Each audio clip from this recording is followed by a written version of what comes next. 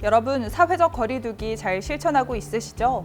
마포TV에서는 마포구민 여러분의 슬기로운 집콕 생활에 필요한 다양한 문화 서비스를 생중계해드리고 있습니다. 지난주에는 배움의 열정을 멈출 수 없는 여러분과 인문학 강연 첫 번째 시간을 가졌는데요.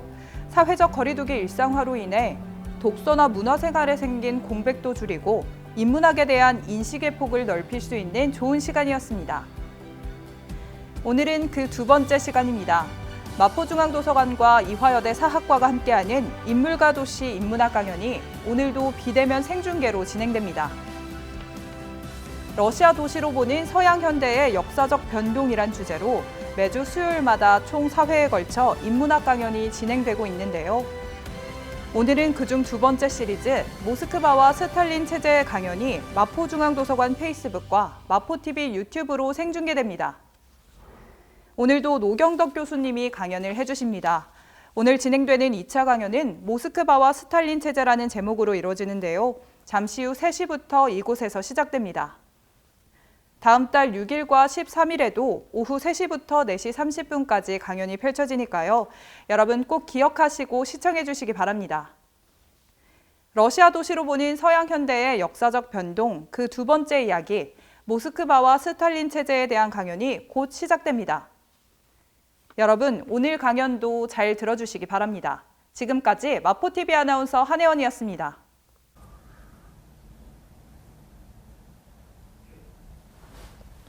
안녕하십니까. 마포중앙도서관 심상욱입니다. 지난 4월 22일에 이어 오늘이 두 번째 강연입니다. 지난주에는 상트페테르부르크와 러시아 혁명에 대한 내용이었는데요. 상트페테르부르크를 배경으로 하여 러시아 혁명이 어떻게 일어났고 또 어떻게 전개되었는지 알아보았습니다. 지난번 실시간 채팅 소개 시간에 미처 말씀드리지 못하였는데 유튜브에 접속하신 안드로이드 2019님은 상트페테르부르크 현지에서 시청 중이셨다고 해서 저도 많이 놀랐습니다. 오늘도 강연 시청하고 있으신지 궁금하네요. 안드로이드님을 포함하여 지난주에 강연 시청해 주신 모든 분들께 다시 한번 감사의 말씀드립니다. 오늘은 두 번째 순서로 모스크바와 스탈린 체제라는 내용의 강연이 준비되어 있으며 이화여대 사학과 노경덕 교수님께서 강의하십니다. 강연 시청하고 있는 분들은 강연 중반과 끝에 서로 소통할 수 있는 시간이 마련되어 있으니 강의 중에 다양한 의견이나 질문 남겨주시면 감사하겠습니다. 자, 그럼 2회차 비대면 인문학 강연 시작해 보겠습니다.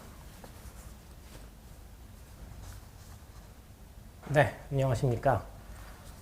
지난 시간에 이어서 저희가 러시아 도시를 소재로 해서 러시아 현대 역사의 변동, 더 크게는 유럽 현대 역사의 변동 이야기를 하고 있었습니다. 지난 시간에 말씀해 주신 것처럼 1917년에 러시아 혁명까지의 이야기를 했었고요. 오늘은 그 혁명 이후 어떤 변화가 있었는지, 특히 스탈린 체제 또는 더 크게 소련 체제라고 하는 체제가 어떻게 형성됐고 그 성격은 어떠했는지 라는 이야기를 주로 해드리려고 합니다.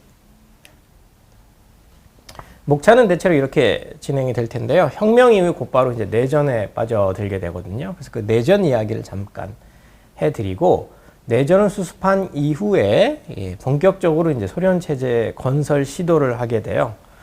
정권을 쥐고 있었던, 지난 시간에 말씀드렸던 볼셰비키라고 하는 사람들이 새로운 이제 소련 체제 건설을 시도하게 되는데, 그 시도의 첫 번째 모습이 이제 신경제 정책이라는 것이었고요. 그렇지만 그 신경제 정책은 오래가지 못하고 결국 그 이후에 훨씬 더 오랫동안 소련, 그리고 더 넓게는 이제 공산권 국가들을 지배하게 되는 스탈린 체제 또는 스탈린주의가 등장을 하게 됩니다. 그 과정을 추적하는 것이 이제 오늘 강의의 핵심이다라고 생각하시면 되겠습니다. 먼저 지난번에 말씀드린 것처럼 1918년 3월에 이제 독일군의 압박 속에 조금 더 안전한 내륙인 모스크바로 볼셰비키가 천도를 했다라는 말씀을 드렸어요. 17년 10월에 정권을 장악하고 불과 얼마 되지 않아서 수도를 옮긴 거죠. 이 모스크바라는 도시는 어떤 도시냐면은 러시아의 고도였어요. 그러니까 오래된 도시라는 뜻이죠. 지난번에 말씀드렸던 이제 상트페테르부르크가 18세기에 아무것도 없던 곳에서 새로이 건설한 어떻게 보면 철저한 계획 도시라는 점에 그런 것과 비교해 봤을 때 이 모스크바라는 도시는 러시아 역사의 시작과 거의 함께 했던 아주 오래된 도시였다라는 겁니다. 이 도시는 여기에 이렇게 요새라고 제가 표현했는데 이제 러시아어로는 끄레물이고 우리가 일반적으로 더 아는 그 영어식 표현으로는 끄레물린이에요. 근데 러시아어로는 이제 끄레물인데 원래 이제 이 러시아의 고도였던 모스크바는 이 요새로부터 출발한 적의 침입에 대비한 요새로 출발한 그런 도시였습니다. 그래서 이 모스크바라는 도시가 거의 18세기 초까지 쭉 러시아라는 나라의 수도로 이어졌었고요. 바로 지난 시간에 말씀드렸던 이제 페테르부르크가 그 다음에 수도를 대체했던 것이죠. 러시아 역사는 이제 시작은 9세기쯤, 특히 이제 러시아 국가의 출발은 9세기쯤부터인데 시작은 이 공국으로 시작을 했었어요. 처음에는 이제 모스크바 공국도 아니고 이제 키예프라는 곳에서 이제 공국으로 시작을 했는데 공국이라는 건 이게 별 얘기는 아니고요. 어렵게 생각하실 필요는 없고 왕보다 약간 뭐 혈연적이거나 아니면 규모에서 조금 더 떨어지는 사람 뭐 이렇게 생각하시면 되겠어요. 말 자체가 프린스라는 게 이제 우리는 이제 왕자라고 보통 번역하잖아요. 그러니까 왕자는 아직 왕은 아닌 거죠. 그러니까 왕자급에 해당되는 정도의 사람들이라고 생각하시면 됩니다. 그 사람들이 다스리는 나라를 보통 공국이라 그래요. 그러니까 이 친구들보다 더 큰 왕이 다스리는 나라는 왕국인 거죠. 왕보다 더 큰 사람은 황제가 있죠. 그거는 이제 황제정, 제국이라고 이제 할 수가 있는데 러시아라는 나라, 특히 모스크바 쪽은 처음에 공국으로 출발했다가 점점 이 나라가 커지면서 나중에는 결국 조 짜르라는 말이 이제 러시아식 표기로 황제라는 뜻인데 황제정, 즉 제국이 됩니다. 그거는 이제 중간에 굉장히 복잡한 역사가 있습니다만은 어쨌든 이렇게 비교적 크지 않은 규모의 공국에서 그야말로 제국이 되는 거죠. 제국은 보통 일반적으로 정의할 때 지난번에는 이제 제국을 제가 다양한 정체나 민족을 포함하고 있는 정치 체제라고 표현을 해드렸는데 그런 정의 말고도 플러스 하나 더 하면 제국이라는 정의는 이른바 문명의 대표자라는 그런 의미가 있어요. 유럽은 잘 아시겠습니다만 이제 기독교 문명이잖아요. 근데 기독교 문명이 일찍이 크게 둘로 나눠지게 되죠. 무슨 말이냐면 서쪽의 카톨릭 문명과 동쪽의 정교 문명으로 크게 나눠지게 되는데 바로 이 러시아가 동쪽의 정교 문명을 대표하는 그런 제국이었다. 제국으로 발전한다. 라는 그런 뜻입니다. 어쩌다 그렇게 되었느냐? 그거는 이제 원래 정교 문명을 대표하고 있었던 비잔티움 제국이라고 하는 제국이 15세기에 이슬람 세력에게 멸망을 당하고 나서 이제 사라지게 돼요. 그렇지만 여전히 정교 문명은, 문화적인 문명은 존재하는 거죠. 그러니까 누군가가 어떤 강력한 정치체가 그 문명을 대표해야 되는 그런 필요성이 있었던 거고, 그거를 바로 러시아가 담당했었다라는 겁니다. 그래서 사실 러시아 제국이라는 건 지난 시간에도 제가 잠깐 말씀을 드린 것 같은데, 로마 제국을 뒤잇는, 즉 동로마 제국을 특히, 그러니까 아까 말씀드린 비잔틴 제국을 뒤잇는 그런 제국 의식이 이때까지도 굉장히 강하게 남아 있었던 그런 곳이에요. 당연히 그래서 정교 기독교 문명의 중심이고 이 모스크바는 고도이기 때문에 이런 정교 문명의 유적이 굉장히 많이 남아 있겠죠. 동시에 오래된 고도였고 중요한 유럽 문화의 중심지였기 때문에 고급 문화의 센터 중에 또 하나입니다. 그래서 바로 이런 곳으로 이제 천도를 하게 된 것이고요. 천도 이후의 이야기를 바로 해드리기 전에 우리가 어쨌든 도시로 보는 역사라는 그런 타이틀을 갖고 있으니까 바로 이 두 부분을 중심으로 러시아래네요. 이 모스크바의 이야기를 잠깐 해드리려고 해요. 모스크바는 저기죠. 빨간 점 저쯤에 있고요. 우리가 지난 시간에 배웠던 요 페테르부르크는 여기 있는 거죠. 네. 네, 근데 지금 지도를 보시면 지도에는 이제 이 높낮이가 표시가 잘 안 되는데 원래 러시아라는 나라는 요쯤이 이제 기원지예요. 러시아 국가라는 것이. 오늘날 이제 우크라이나 수도인 키예프 언저리에 처음으로 이제 최초의 국가가 생겼었고, 여기서 이제 나름 키예프 공국이라는 나라부터 시작해서 활발한 정치 활동이 펼쳐졌었는데, 시간이 지나면서 어떤 문제가 있었냐면, 요쪽에 이제 아까 말씀드린 고도가 표시가 안 돼 있다고 그랬습니다만, 저쪽 중앙아시아로부터 이렇게 이어지는 곳이 대평원이에요. 지금 무슨 말이냐면, 무슨 지형으로 이렇게 디펜스, 수비하기 용이한 그런 지역이 아니라 그냥 뻥 뚫려 있어요. 그러니까 중앙아시아 유목민족이 심심하면 이쪽으로 달려와서 이쪽을 이제 파괴하는 경우가 자주 생겼었거든요. 그러니까 전쟁이 항상 끊이지 않는 거죠.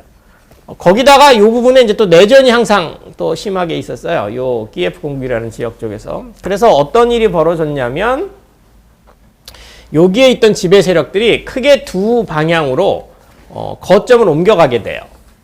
일부는 조금 더 서쪽으로 피하게 되고요. 일부는 아예 좀 북으로 올라가는 거죠.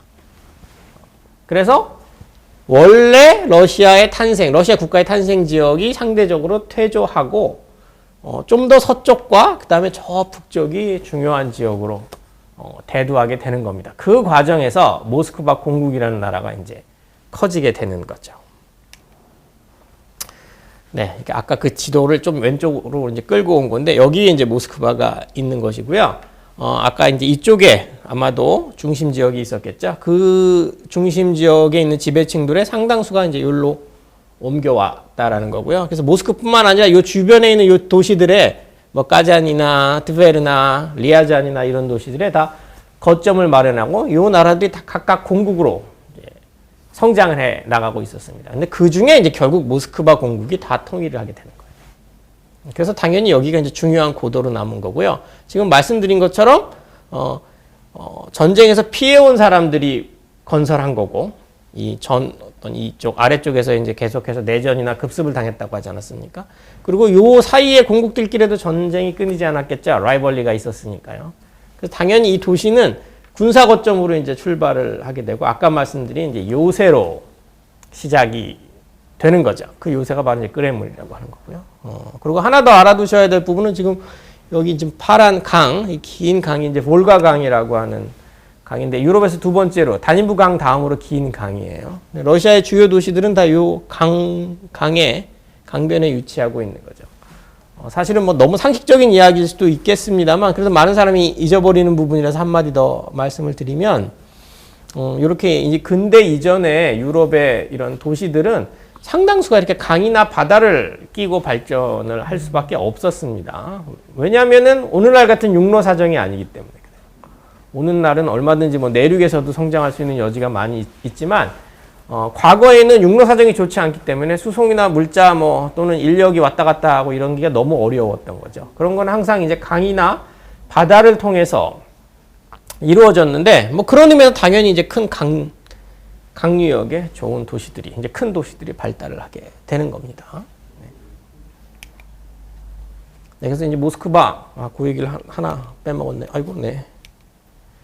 이 볼가강 유역에 좋은 큰 도시들이 이제 있고, 모스크바는 직접 본류에 위치하고 있지는 않지만 요 지류가, 볼가강의 지류가 내려와서 여기 모스크바 강이라고 하는 강을 형성하게 되는데, 요 강을 중심으로 이제 커진 거죠. 네. 하나 지나간 거예요, 지금? 네. 그래서 모스크바 도시 모습을 좀 크게 확대한 건데요. 이 강 밑에 이렇게 동그랗게 돌아가고 있는 요 강이 이제 모스크바 강이고, 말씀드린 것처럼 볼가강의 지류고요. 아까도 말씀드린 요새로 출발했다 그랬잖아요. 그러니까 아마 이 강을 끼고 여기를 수성하려고 하는 그런 움직임으로부터 도시가 커졌을 거예요. 그래서 여기 지금 보시면 여기 크렘린이라고 표시되어 있는 이 부분이 이렇게 삼각형으로 이렇게 보이는데, 여기가 이제 중심지인 거죠. 이 삼각형 지역에 요새를 쌓고 그 안에 정치, 종교, 그리고 경제의 중심 건물이나 또는 그런 터전들을 다 이 안에다가 일단 짓는 그런 방식으로 이제 성장한 도시다라는 겁니다. 그래서 아까 그 삼각형 모양 그대로 보이시죠? 그리고 밑에 보시면 이렇게 요새처럼 이렇게 나름 수비하기 용이한 이런 성벽 같은 걸 쌓아놨고, 그리고 이렇게 탑을 곳곳에 세워서 적들의 침입에 대비하고, 이런 걸 뭐 게임 같은 거 많이 하신 분들은 잘 아실 수도 있겠습니다만 여기서 쏘면 이제 적들이 잘 못 오잖아요. 뭐 그런 거예요, 일종의. 그리고 멀리 감시도 하고. 그리고 요 안에 이제 요 성벽을 쌓아놓은 요 요새 안에 주요 정치, 종교, 경제의 중심지들이 다 있는 거죠. 그래서 이렇게 보시면 조금 더 잘 보이시죠? 이게 모스크바 강이고요. 그렇죠? 여기 이제 쭉 안에를 보호하기 위해서 요새가 이렇게 쭉 있는 거고요. 그럼 적들이 들어오려면 이제 이쪽으로 와야 되는데 아마 이 강 넘기도 뭐 그렇게 수월치는 않고 저 요새에 막혀서 쉽게 접근하지 못했을 가능성이 이제 큰 거죠. 물론 이제 우리 한강처럼 넓은 그런 강은 아니고 유럽을 여행하신 분들은 많이 느끼시겠습니다만 유럽 도시에 무슨 유명한 강이다 그래서 가보면 우리 한강보다 훨씬 폭이 좁습니다. 세느 강도 마찬가지고 여기 모스크바 강도 마찬가지고요. 그래서 이게 뭐야 하고 뭐 또랑 같다라는 느낌을 받으실 수도 있는데 그럼에도 불구하고 이제 중요한 물류에 나름 중요한 도구로서 이제 사용됐던 거고 큰 도시들은 어쩔 수 없이 이런 류의 강역에 이제 존재하게 되는 거죠. 네, 그래서 아까 말씀드린 이 크레물에 있는 탑들, 이제 수호 탑들을 보여드리는 거고 실제로 저 높은 탑의 이름 자체가 이제 수호 탑이에요. 네, 그리고 그 바깥에 아까 이제 바깥쪽 모습이고요. 그 안쪽으로 들어오시면 그 안에 크레물 안에 이제 이런 중요한 아까 말씀드린 정치, 종교, 경제 시설들이 있는 것이고 여기는 그 유명한 이제 붉은 광장이 이제 펼쳐져 있어요. 그리고 이게 이제 보통 러시아 국가의 상징이라고 많이들 언급이 되는 성 바실리 대성당의 모습이고요. 아까 말씀드린 이제 종교 중심지들이 이 안에 역시 있으니까 이 안에 주요 성당들이 많이 있는데 그 중에 하나인 겁니다. 네, 이거는 이제 러시아 황제들이 보통 이제 러시아 황제들의 레지던스, 어떤 지금은 이걸 대통령궁이라고 부르는가 이렇게 부르는데 황제들이 주로 이제 거처로 사용했던 그런 건물이고요. 그러니까 뾰트리 대제가 이제 페테르부르크 떠나기 전까지 역시 머물렀던 곳이고 그 이후에도 이제 러시아의 이제 정치 리더들은 상당 정도로 여기서 이제 머물렀었고요.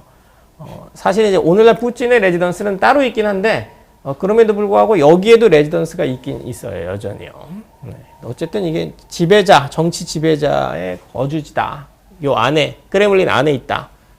라는 것 정도 생각하시면 되겠고요. 또 지금 제가 보여드리지는 않았습니다만 집무실이나 행정 중심 건물들도 역시 안에 있습니다. 우리나라식 따지면 청와대 같은 건물이 안에 있는 거죠.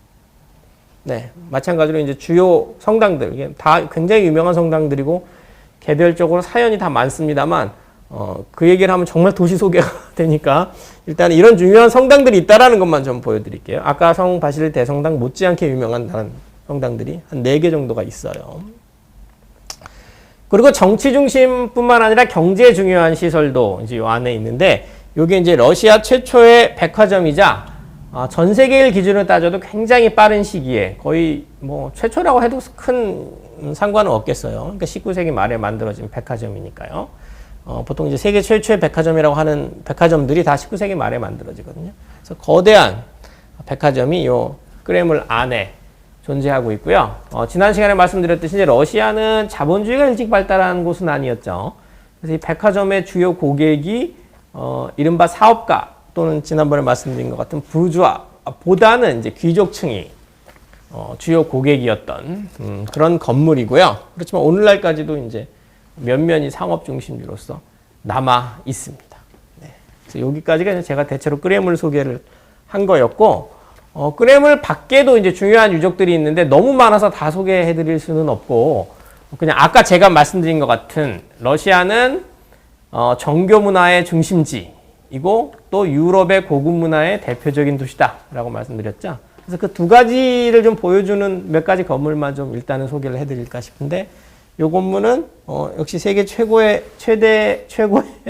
미술관 중에 하나인 트레차코프 미술관이라고 하는 곳이에요. 특히 이제 러시아의 고유의 그림들, 사실 지난 시간에 우리가 얘기했던 상트페테르부르크에 있는 에르미타주라고 하는, 사실 규모는 이거보다 더 큽니다만 엄청난 박물관, 미술관이 있는데 그 미술관의 소장품은 놀랍게도 서유럽 중심이에요. 러시아 본연의 그림보다는 서유럽의 정말 유명한 화가들, 우리가 아는 뭐 르네상스나 아니면 근대 초의 유명한 화가들 그림이 많은데 상대적으로 그 에르미타주에 비하면 이제 러시아 화가 또는 러시아 전통화 해당되는 그림들이 많이 포함되어 있는, 특히 이코나 같은 경우 뭐 좋아하시는 분들도 계시죠. 그런 걸 많이 보고 싶으시면 요 트레차코프에 가시면 되고, 그다음에 이제 러시아 하면 떠오르는 게 이거죠, 그렇죠? 이게 이제 발쇼이 극장, 근데 우리가 이제 보통 볼쇼이 극장이라고 알고 있는 발레 공연이 펼쳐지는, 발레뿐만 아니라 다양한 공연도 펼쳐지고 또는 뭐 정치 행사 같은 경우도 많이 벌어지는 그런 곳인데요. 유럽 문화 중에서도 고급 문화를 상징하는 장르 중에 하나 발레죠. 세계에서 가장 유명한 발레 극장이다, 이렇게 생각하시면 되겠습니다. 그리고 이거는 이제 레닌 도서관이라고 불리는 러시아 국립 도서관인데, 이제 장소 규모에서 세계에서 두 번째로 큰 그런 도서관입니다. 제일 큰 도서관은 미국의 의회 도서관이고요. 냉전 시대 때 어떻게 보면 이제 나중에 우리가 네 번째 시간에 이야기를 할 시간이 있겠습니다만, 이른바 문화 경쟁 또는 학술 경쟁을 펼쳤던 미국과 소련이 그것의 거점이라고 할 수 있고, 어쨌든 이것도 이제 고급 문화를 상징하는 그런 건물 중에 하나입니다. 놀랍게도 요 레닌 도서관인데 앞에 있는 요 동상은 레닌이 아니라 어떻게 보면 우리에게는 더 많이 알려져 있는 도스토옙스키예요. 네, 그리고 말씀드렸듯이 이제 정교 문화의 중심지라 그랬죠. 그래서 이 크렘린 밖에 정말 유명한 수도원이 거의 그 중세 수도원의 원형을 상당 정도로 보존한 채 남아 있어요. 이게 노보데비치 수도원이라고 하는 수도원인데, 정말 중세 기독교 또는 이제 수도원의 생활, 이런 부분에 좀 시리어스한 인터레스트가 있는 분들은 여기를 보시는 게 이제 보시면 굉장히 이제 열광할 수 있고 매우 흥미로울 수 있는 그런 곳입니다. 네. 나이트샷은 또 이렇게 더 아름다워요, 노보데비치요. 네. 모스크바 도시 소개는 일단 이 정도로 좀 하고요. 숨가빴던 당시 상황으로 한번 돌아가 보도록 하겠습니다. 1918년 3월 모스크바로 막 천도를 한 거죠. 그러면서 이제 독일과 강화 협상이 드디어 마무리가 돼요.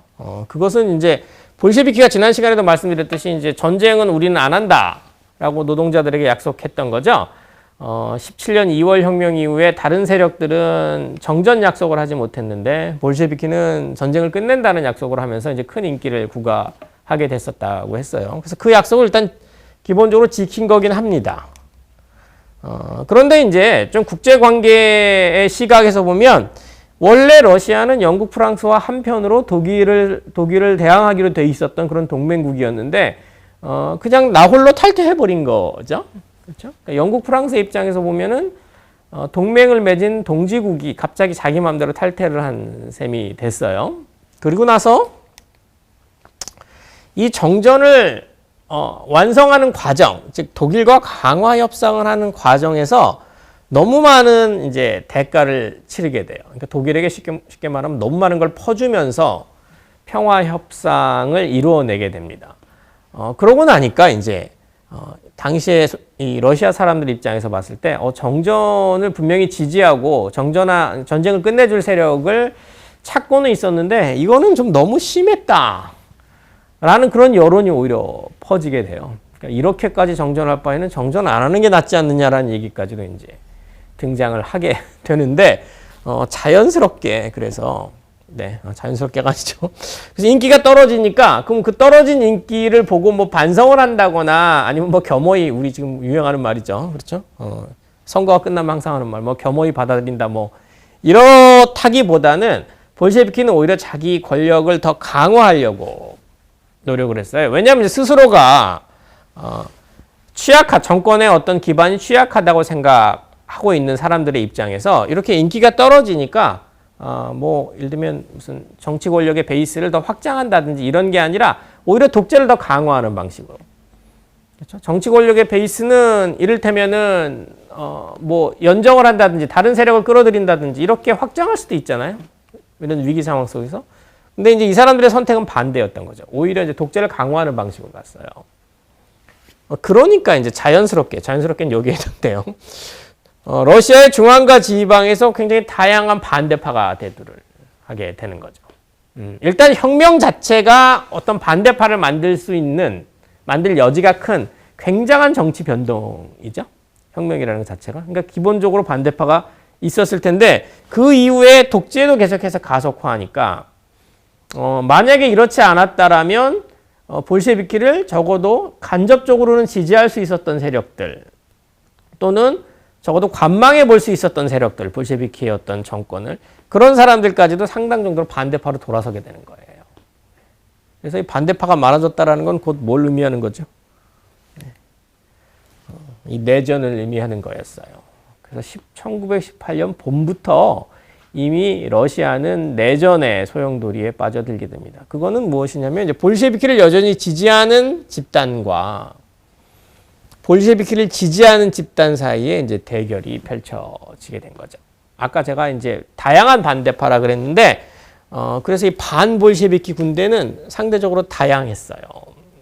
왜냐하면 볼셰비키에 대해서 불만을 갖는 소스가 다양했기 때문에. 가장 기본은 이제 혁명에 반대하는 이런 사람들이 있어요. 황제파. 황제를 다시 옹립시켜야 된다. 옛날 이제 지방의 귀족들 뭐 이런 사람들 많이 있었을 거 아니에요. 이런 사람들은 어떻게 황제를 물러나게 하느냐라고 혁명 자체를 반대하는 사람들이 분명히 있었을 거고. 또 상식적으로 하나 이건 알아두시면 도움이 되시겠습니다만, 이건 러시아뿐만 아니라 유럽이 다 마찬가지인데요. 유럽 군부 중에 장교는 대부분이 귀족 출신이었어요. 이때까지만 하더라도요. 실제로 이제 우리가 아는 사관학교라는 게 사실 귀족 학교예요. 그래서 사관학교를 나와야 이제 대체로 장교가 되지 않습니까? 근데 갈 수 있는 자격이 귀족밖에 없으니까 대부분 이제 장교들은 귀족인데 전선에서 싸우고 있는 장교들은 당연히 혁명이 싫겠죠. 그래서 그 사람들은 황제파로 집결을 했을 거고, 여기 지금 제가 자유주의자라고 썼습니다만 이런 사람들은 이제 제가 지난 시간 표현으로 따지면 이제 부르주아나 또는 뭐 자본가, 사업가 이런 식으로 표현할 수 있는 사람들일 텐데 이 사람들도 볼셰비키의 불만이겠죠. 만약에 그냥 맨셰비키가 정권을 잡았다든지 또는 볼셰비키가 원래 플랜대로 경제를 자본주의로 갔으면 큰 불만이 없을 거예요. 근데 볼셰비키 그렇지 않지 않았습니까? 우리가 지난 시간에 말씀드렸듯이 세계혁명을 한다라는 생각에서 혁명을 사회주의로 만들었죠. 즉 재산권 개혁까지 해버렸잖아요. 그러니까 당연히 이 사람들은 불만일 거고요. 놀라운 거는 이제 사회주의자들도 아까 볼셰비키가 다른 사회주의자들과 연정을 할 생각을 안 하고 혼자 이제 독재를 가속화하니까 맨셰비키나 또 당시에 이제 이른바 무정부주의적인 사회주의자들이 있었는데요.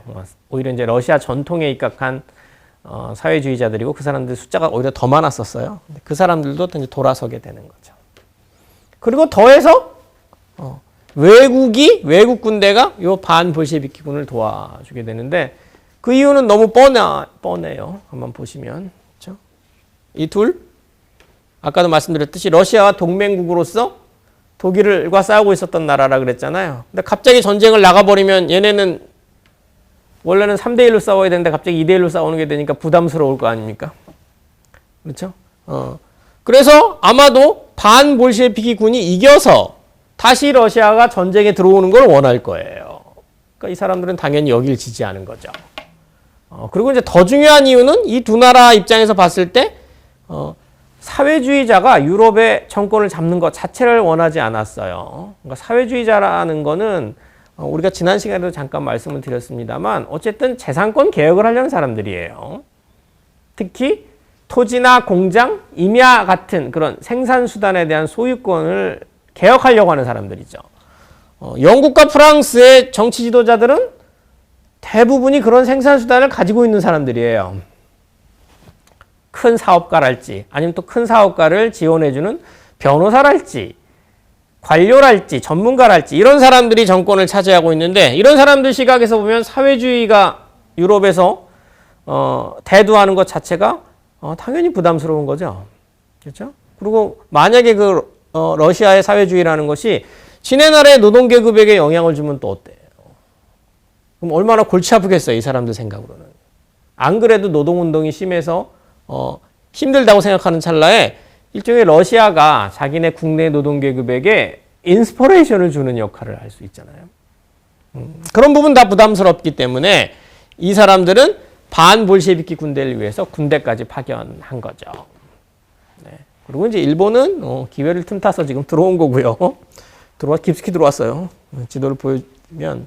네, 어쨌든 이게 내전의 모습인데 요 내전 시기에 초기는 이 볼셰비키, 친볼셰비키 군이 뭐라 그래야 되나 밀렸다라고 표현해야 되나요? 아니면 이제 불리한 상황이었는데 이 정도만을 영역으로 삼고 있었어요. 즉 새로운 수도가 된 모스크바와 원래 수도였던 페테르부르크, 당시 이제 페트로그라드라는 이름으로 바꿨다고 했었는데 이 정도만 영역을 가지고 있고 나머지는 반볼셰비키 군대의 영역으로 바뀌어 있어요. 아까 제가 잠깐 소개는 안 했는데 볼셰비키를 지지하는 군대를 적군, 즉 빨간 군대라고 불렀고 요 반볼셰비키군을 백군, 하얀 군대라고 불렀어요. 사실은 이제 어원 자체는 그 전부터 있습니다만 요때부터 이제 이 빨갱이란 말이 이제 전 세계적으로 그 레드라는 말, 여기에 적군이었기 때문에 빨갱이란 말이 전 세계적으로 이제 쓰이게 됐고 지금 이제 여기 시청하시는 분들에게는 낯선 용어일 수도 있는데 사실 우리나라 6.25 때만 6.25나 아니면 그 이후에 직후만 하더라도 빨갱이란 말 말고 하행이란 말도 있었어요. 아시는 분 있을지 모르겠는데 그 하행이가 바로 이제 이 공산주의에 반대하는 사회주의자에 반대하는 이제 범연합을 이제 말하는 거였었죠. 네. 그래서 초기엔 이렇고요. 이렇게 외국 군대가 이런 식으로 이제 들어오기도 하고 이게 일본 군대가 여기 시베리아 철도를 타고 이렇게 깊숙하게 들어오기도 하고 이런 식으로 위기에 몰렸었다 이겁니다. 그러면 이제 내전에서 만약에 그러니까 반볼셰비키 군이 이긴다면 이제 혁명은 없어지는 거죠. 이 사람들 입장에서는 볼셰비키 입장에서는요. 근데 이제 놀랍게도 결과는 3년 넘게 거의 4년 가까이 전쟁을 했는데 볼셰비키의 승리로 끝났어요. 뭐 그 이유는 여러 가지가 있습니다만 그것까지는 다 소개해드릴 시간은 없고 어쨌든 그 승리의 원인보다는 영향이 더 중요하니까 영향 얘기를 이제 잠깐 말씀드릴게요. 네. 볼셰비키가 일단 기적적으로 승리를 했습니다. 승리를 하고 이 사람들이 느낀 거는 뭐냐면 말씀드린 것처럼 이제 뭐 분리했는데 그렇죠? 그리고 어떻게 보면 둘러싸였고 외국 군대까지 심지어는 개입을 했는데 자기네가 이긴 거잖아요. 이기니까 이제 엄청난 고향감이 들죠. 나름의 이제 자신감. 내가 이 혁명을 우리가 혁명을 지켜냈다. 뭐 이런 어떤 굉장한 고향감이 있었어요. 근데 이거보다 더 중요했던 감정은 이런 감정이었어요. 오히려 이겨냈다라는 그런 기쁨도 있지만 얼마나 고생했느냐라고 하는 그런 것에 대한 기억. 특히 우리는 고립돼 있었고 포위당했었다라는 기억이 훨씬 더 중요했다 이겁니다. 쉽게 말씀드려서 당시에 이제 볼셰비키 지도부의 머릿속으로 들어가면은 어떤 감성이냐면 자기네 딴에는 이제 역사의 진보를 이룩한다고 사회주의 혁명을 한 거잖아요. 그럼 사회주의 혁명을 하고 난 다음에 그러면 이제 희망사항으로 보면 어떤 거죠? 우리가 사회주의를 진짜 성공하느냐 안 하는지 한번 열심히 노력을 한번 해보고 다른 사람들, 즉 다른 국가들도 그 노력과 실험을 한번 지켜보고 직접적으로 응원은 못 해줄지라도 그래 잘하는지 한번 두고 보자. 뭐 이 정도의 분위기가 됐으면 좋았을 텐데 그게 아닌 거죠. 혁명은 성공했는데 바로 외국 군대가 들어와 버리는 거죠. 쉽게 말하면 그리고 이제 내부에서는 반란이 일어난 셈이고 볼셰비키 입장에서 보면은 반볼셰비키 군대가 이제 전국을 장악한 거니까. 쉽게 말하면 사회주의 혁명을 하면 고립되고 포위된다. 그리고 이 고립된 상황과 포위된 상황을 우리가 타파해 나가야 된다. 라는 그런 의식이 이제 머릿속에 들어오게 되는 거예요. 근데 이 사람들 지난 시간에도 말씀드렸듯이 그냥 일반적인 정치인이 아니라 역사 유물론이라는 걸 믿는 마르크스주의자들이죠. 그러니까 이런 상황과 이런 의식과 이게 결합이 되면 어떤 일이 벌어지냐면 자기네 딴에는 자기네 정권이 이거야 이거. 인류 문명을 진보시키고 있는 인류 문명을 더 발전시키고 있는 추진 세력이에요. 왜냐면 이걸 믿으니까요. 기억하시죠? 지난 시간에 말씀드렸던 역사인물론이라는 것은 이렇게 법칙상 경제체제가 발전해 온다라고 믿는 친구들이라 그랬잖아요. 그래서 자기네 생각에는 봉건제보다 자본주의가 진보한 거고 자본주의보다 사회주의가 진보한 거란 말입니다. 지네가 사회주의 혁명을 했으니까 가장 진보한 세력인 거죠. 가장 앞서 있는 세력이다 이 말입니다. 쉽게 말하면요. 그래서 지네 정권을 지키는 게 세상을 발달시키는 거다라는 생각을 하고 있는 거예요.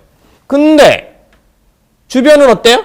주변은 자기네들을 넘겨버리려고 하는 거죠. 뒤엎으려고 하는 거죠. 볼셰비키의 머릿속에는 이런 생각이 이제 잡혀가는 거죠. 우리는 세상을 진보시키려고 하지만 주변에서 우리를 뒤엎으려고 한다. 라는 생각을 잡아가게 된다 이겁니다. 그러다 보니까 이제 이런 생각이 들어요. 특히 이제 고립되고 포위당했을 때 어땠어요? 내부에서 반란이 있었던 거고, 그다음 외국 군대가 쳐들어왔던 거죠. 그러니까 자기네 나름 진보를 하는 정권을 지키기 위해서는 내부, 외부에 있는 적을 잘 캐치해서, 잘 찾아내서 잘 제거해야 된다. 왜? 자신들의 안보가 곧 인류의 진보니까. 라는 그런 논리로 발전이 되고 자연스럽게 이게 다 정당화돼요. 이제 어떤 방법을 동원할지 자기들의 안보를 지키고 자신들의 정권을 지키는 것에 웬만한 수단은 다 용인될 수 있어요. 왜? 이러니까 자기네 정권이. 그러면서 이제 이런 말들이 등장하기 시작해요. 말들이 즉 자기네 정권에 반대하거나 자기네 정권을 무너뜨리려고 하는 사람들은 다 반혁명 분자야. 자기네는 혁명 세력이고 진보 세력이고. 이 반혁명 분자는 곧 반동이에요. 이 사람들 생각에는. 반동이라는 게 이제 리액셔널이라는 말인데 무슨 말이냐면 자기네는 진보하려고 역사를 이렇게 앞을 가려고 해. 근데 자기네들을 반대하는 애는 역사가 앞으로 가는 거를 막고 되돌려는 사람들이다 이겁니다. 그러니까 그런 사람들을 자기네가 이제 반동이라고 부르게 되는 거죠. 반동은 어떻게 보면 굉장히 철학적인 욕이에요. 그렇죠? 이 사람들 생각에는 역사 유물론의 어떤 흐름을 되돌리려고 하는 사람들이라는 뜻으로 쓰는 말이죠. 그렇죠? 사실은 이게 이제 이 이른바 우리나라에서도 공산주의자들은 욕으로 쓰는 말이잖아요. 근데 말 자체가 기분 나쁜 말은 아니죠. 반하고 동 자체가 어감 자체가 나쁜 말은 아니잖아요. 근데 뜻을 알고 나면 기분 나쁜 말이 되는 거죠, 굉장히. 그렇죠? 역사가 진보하려고 하는데 그걸 돌리려고 하는 사람들이라는 뜻이 되니까요. 네. 그래서 이런 반혁명 분자가 이제 이런 범주를 만들어내게 되고 초기에는 당연히 이제 자기네를 반대하는 정치 반대파에 국한해서 사용을 했었어요. 지네가 혁명 세력이니까 이제 반대하는 사람들이니까 이제 그냥 그야말로 반대파. 근데 시간이 점점 지나면서 이게 확대돼. 직접 반대를 안 해도 자기네가 뭔가 정권을 운영하고 지키는데 방해가 되거나 해가 되면 역시 반혁명 문제예요.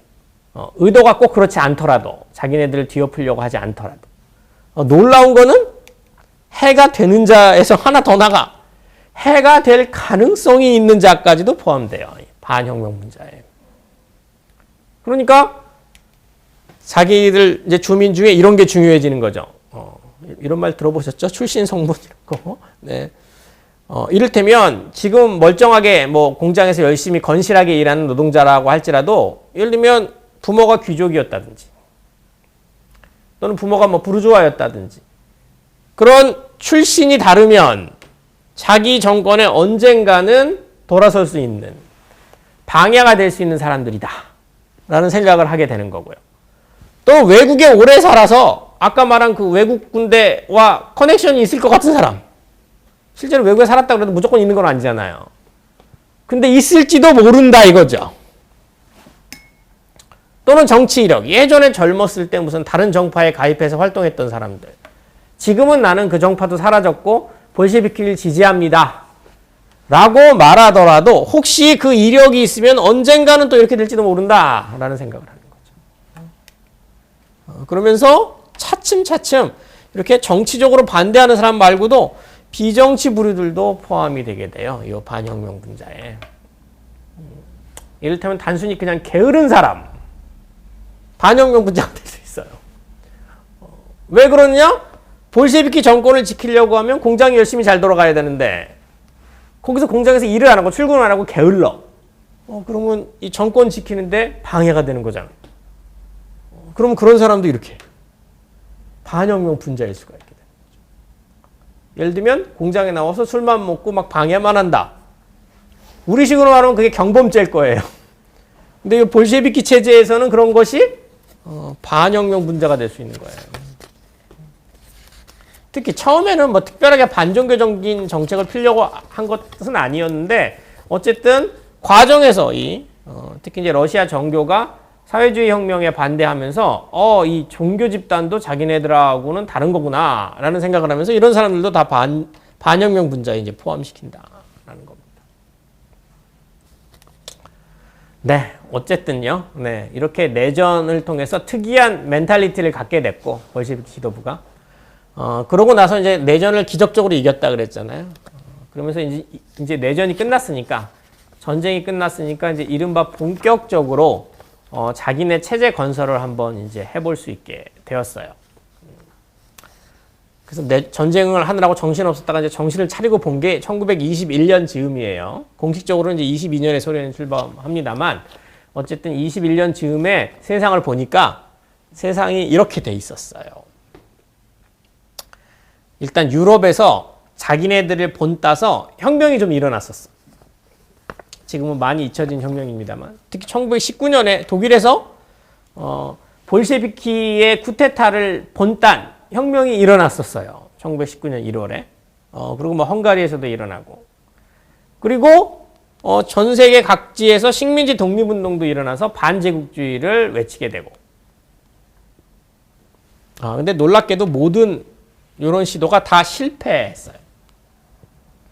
뭐 우리나라 3.1운동만 보셔도 이제 느끼시죠? 3.1운동이 이제 성공 실패를 떠나 말하기는 어렵습니다만 어쨌든 우리나라 독립된 건 아니니까. 독일의 공산주의 혁명은 그러니까 볼셰비키를 본땄던 사회주의 혁명은 무참하게 실패했어요. 자, 그러고 나니까 네, 하나 또 넘어왔네요. 그러고 나니까 볼셰비키가 어떤 결론을 내렸느냐면 세계 혁명이 지금 되는 시기가 아니구나. 라는 결론을 내리게 돼요. 이게 왜 중요한지 혹시 이제 지난 시간 걸 잘 기억하시면 떠오르실 수도 있는데 볼셰비키가 사회주의 혁명을 감행했던 중요한 전제였죠, 이게. 러시아만의 혁명이 아니라 전 세계 혁명의 시발점으로서 러시아 혁명을 의도했었다 그랬잖아요. 그렇죠? 그러니까 러시아가 사회주의 혁명을 하기 위해서는 다른 곳에서도 같이 혁명이 일어났어야 되는데 그리고 또는 그 혁명을 지원해야 되는데 안 된 거죠, 지금 이게. 그렇죠? 이런 상황으로 변모하고 결국 러시아 혼자 사회주의를 건설해야 되는 상황에 처하게 된 거예요. 그럼 원래 자기네들 플랜에 수정이 불가피하죠. 뭐 원래 플랜이라기보단 1917년 플랜에 수정이 불가피해. 즉 1917년 10월 혁명을 사회주의 혁명으로 의도했던 그 계획을 수정해야 돼요. 계획을 수정하고 어떻게 갔느냐? 자기네 원래 옛날 이론으로 복귀했어요. 옛날 이론 역시 지난 시간에 말씀드렸었는데 네. 일주일이나 돼서 기억을 잘 하실지는 모르겠습니다만은 네. 볼셰비키라고 하는 친구들은 이른바 부르주아 혁명 이후에 어떤 세상을 꿈꿨다 그랬죠? 원래는요? 17년 혁명 이전에는요? 제가 중국 예도 잠깐 들었었잖아요. 그렇죠? 즉 무슨 말이냐면 정치 권력은 노동자가 가지되 경제는 자본주의하는 그런 시스템으로 가야 된다라고 하는 게 원래 이론이었죠. 그랬다가 1917년 혁명 와중에 그거를 수정하고 자본주의를 하는 게 아니라 경제도 사회주의 한다라는 걸로 바꿨었던 거죠. 왜 바꿨었다고요? 세계혁명이 일어나는 줄 알고 바꿨었다 그랬어요. 근데 4년 후에 보니까 안 일어나는 거죠. 너무나도 당연한 논리적인 귀결로 원래 옛날 이론으로 돌아오는 거죠. 즉 맨셰비키랑 처음 논쟁을 할 때 그 이론. 맨셰비키는 부르주아 혁명 이후에 정치도 자본가에게, 경제도 자본가에게 맡긴다. 라고 했었는데 볼셰비키는 아니다. 정치 권력만은 노동자가 쥐고 경제는 역사인론의 가르친 대로 자본가에게 주는 게 맞다라고 주장했었잖아요. 그렇죠? 바로 그 이론으로 회귀하게 된 거예요. 그게 이른바 유명한 신경제 정책이었어요.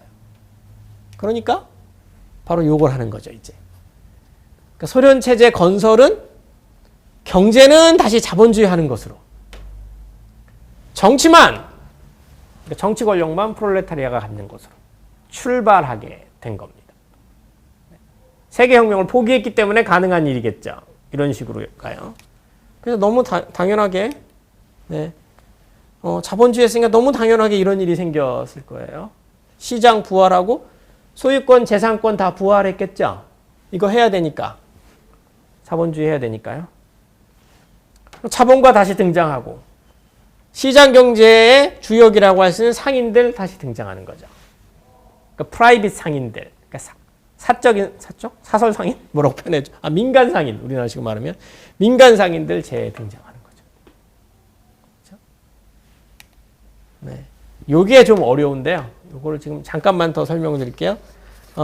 자본주의를 했다라는 거는 농민 입장에서 보면 어떤 일이 벌어진 거냐면 토지가 자기 개인 소유로 바뀐 거예요. 이게 무슨 말이냐면요. 러시아 농민은 원래는 이제 러시아라는 게 혁명 전에는 귀족 세상이라 그랬잖아요. 그럼 귀족이 이제 우리식으로 쉽게 말하면 부재지주 같은 사람들. 그러니까 큰 땅을 시골에 거느리고 있고 농민들을 부려서 그 땅에서 나오는 이제 곡물들로 크게 이제 돈을 버는 사람들인 거죠. 그럼 농민 입장에서는 그런 상황이면 어떤 상황이냐면 자기가 농촌에서, 그러니까 농지에서 일은 하는데 많은 숫자의 곡물을 귀족에게 일종의 지대로 바쳐야 되는. 왜냐면 귀족이 지주니까. 그런 상황이었던 거예요. 근데 혁명을 하니까 귀족은 사라졌겠죠. 그렇죠? 17년 혁명의 와중 중에 아마 귀족은 사라졌을 거예요. 뭐 죽거나 도망가거나 망명 가거나 이랬거든요. 그러니까 무슨 일이 벌어졌냐면 농민이 그 귀족이 사라진 상황 속에서 그 땅을 자기들이 그냥 가진 거죠. 부재지주로서 귀족이 갖고 있던 소유권이 사라진 거예요.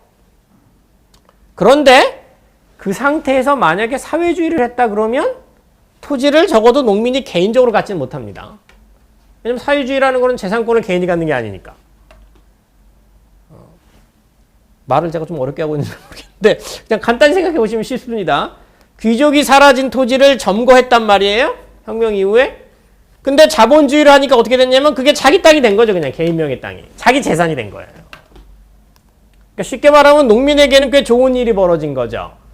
이제는 귀족에게 지대를 바칠 필요 없이 자기가 경작했던 땅에서 나오는 곡물은 다 자기 건 거예요. 그렇죠? 이게 자본주의를 하니까 이런 일이 벌어졌겠죠. 그렇죠? 아이고, 네. 그렇지만 이거는 해야 되기 때문에 볼셰비키 독재는 더 가속화. 정치 권력은 볼셰비키에게만 집중되는. 특히 볼셰비키 내부도 막 분열하기 시작했었어요. 이쯤 되면요. 뭐 다른 논쟁이 생기고 막 이랬는데 당시 지도자 레닌이 아예 파벌을 금지한다라고 선언을 해버려요. 농담 삼아 말씀드렸습니다만 좌파는 좀 분열하는 경향이 있다 그랬죠. 지난 시간에도. 이때 막 분열하려고 하고 있는데 레닌이 지금 상황 그런 상황 아니다. 파벌 없다라고 하면서 볼셰비키를 하나로 묶으면서 독재는 더 강화되고 있는 그런 모습이었다 이겁니다. 네, 그래서 이 당시 모스크바 거리의 모습인데요. 뭐 어느 정도까지 잘 보이는지 모르겠는데 어쨌든 이제 시장이 막 다시 생기고 상점이 막 운영이 되는 그런 모습이에요. 그리고 이게 아까 말씀드렸던 그 백화점, 굼이라고 하는 백화점인데 저기 붉은 광장에 있는 그 크렘을 안에 있는 백화점이 되게 활성화되는 모습이죠. 왜냐면 자본주의 하고 있으니까. 이제. 네, 근데 이제 아쉽게도 볼셰비키 입장에서는 아쉽게도 이게 잘 작동하는 듯 하다가 작동하지 않게 돼요. 바로 위기에 빠져들게 돼요. 그러니까 즉 자본주의 경제 실험이 잘 되지 않게 돼요. 왜냐면은 볼셰비키의 생각은 사실은 합리적이었는데 신경제 정책을 펼치면 이런 일이 생길 줄 알았어요. 아까 농민들 상황이 좋아졌다 그랬죠. 그렇죠? 귀족한테 내던 지대를 안 내잖아요. 그러면 농민들 입장에서는 잉여가 생기는 거죠. 더 돈을, 그러니까 곡물을 많이 갖게 되는 거죠. 옛날에 내던 걸 갖고도 먹고 살았는데 이제는 안 내니까. 그렇잖아요? 그럼 볼셰비키는 어떤 기대를 했냐면 농민에게 남게 된 그 곡물을 팔 줄 알았어요. 농민이 곡물을 판다라는 건 뭐냐면 곡물을 내놓고 공산품을 살 줄 알았어요. 즉 러시아 공장, 도시에서 나오는 물품을 살 거다라고 기대를 한 거죠. 그러면 공장이 잘 되죠. 공장이 잘 되면 돈 잘 버는 사업가가 등장하는 거죠. 그럼 자본주의 잘 되는 거죠, 그러면. 그렇죠? 이런 기대를 했다 이겁니다. 너무나 자연스럽게. 왜냐하면 농민에게 남는 곡물이 생길 거니까 그 사람들이 쓰면 도시경제가 자극받을 거고, 그러니까 도시경제의 이른바 이제 수요가 많이 생길 거고, 그럼 도시경제가 발전할 거 아니에요? 근데 기대와는 달리, 농민이 자연경제를 회귀해버려요. 이건 이제 여러 가지 이유가 있는데, 자연경제라는 건 작업자적으로 말하는 거예요. 그러니까 쉽게 말하면, 플러스된 곡물을 가지고 신발을 살 줄 알았거든요. 러시아 공장에서 나온 신발을. 안 사고, 그냥 자기가 여전히 집신 같은 걸 잡아서 신어. 집신을 잡는다는 말이 웃기네요. 집신을, 자기가 만들어서 그냥 신고 말아요. 그러니까 농민의 생활 패턴은 안 바뀌고 그냥 농민은 곡물만을 좀 더 갖게 되는. 그럼 그 곡물은 어떻게 했을까요? 농민의 어떤 안정지향적인 감성 때문이었는지 그냥 곡간에 쌓아놨어요. 그걸 내놓지 않고. 그러니까 도시의 물건을 살려고 내놓지 않고 그냥 자기네가 곡간에 쌓아놓고 그 쌓아놓은 모습을 보면서 흐뭇해하고 안정감을 느꼈다. 예상하기 어려운 지점이었는데 이런 일이 생기게 되고요. 농민 중에서 일부 이제 부농들이 생겨나게 되는데, 왜냐면 자본주의였으니까 이제 뭐 일 더한 사람은 더 땅을 크게 갖고만 이랬겠죠. 그런 사람들도 이 부를 지출하지 않고 그냥 쌓아놓게 돼요. 볼셰비키로서는 당황스러운 일이 펼쳐졌다. 자, 이러니까 너무 그 다음 왜 과정은 자연스러웠는데 농민이 안 사니까. 지난 시간에도 말씀드렸습니다만 농민의 인구가 비중이 컸다 그랬죠, 러시아는요. 이 사람들이 주요 소비자여야 되는데 공산품을 안 사죠. 아까 말 신발을 안 사요. 그냥 집신을 사 신고 말어. 그러니까 도시에 있는 신발 공장이 망하는 거죠. 그렇죠? 이거는 왜 생겼느냐? 곡물을 안 내놓고 자기가 쌓아놓으니까. 도시로 들어오는 곡물은 가격이 엄청나게 올라갈 수밖에 없죠. 많이 내놓지 않으니까요. 또는 아예 안 내놓으니까 도시에 곡물이 잘 안 들어와요. 그럼 쉽게 말하면 도시의 고가가 엄청 오르겠죠. 곡물이 안 들어오니까요. 그러면은 노동자 입장에서 한번 보자면 이게 무슨 일이 생긴 거냐면 지가 다니는 공장이 파산을 하거나 아니면 위기에 빠지는 거예요. 신발 공장이 신발이 안 팔리니까. 파산을 하면 실업자 되는 거죠. 졸지에. 또는 위기에 빠지더라도 잘릴 가능성 커지는 거죠. 그렇죠? 암만 사회주의 혁명했다고 해도 지금 자본주의 하고 있기 때문에 노동자를 보호해주지 않아요. 기업가가. 그렇죠? 근데 나와서 빵 하나 살라 그러면 가격이 천정부지야. 근데 노동자는 어떤 노동자였어요? 그냥 평범한 노동자가 아니라 지네 딴에는 혁명의 주역이라고 믿었고 내전에 참전해서 승리까지 했던 굉장한 고향감을 가진 그런 사람들이었을 거 아닙니까? 자신들의 어떤 스스로의 어떤 그런 상황, 그 위치에 대해서 상당 정도 높게 평가하고 있는 사람들이 이런 위기에 빠지게 된 거죠. 그러니까 노동자들이 어때요? 볼셰비키를 지지하면 안 되겠다는 생각을 슬슬 하게 돼요. 볼셰비키 혁명에 가져다 준 게 이거잖아, 지금. 노동자 입장에서 보면.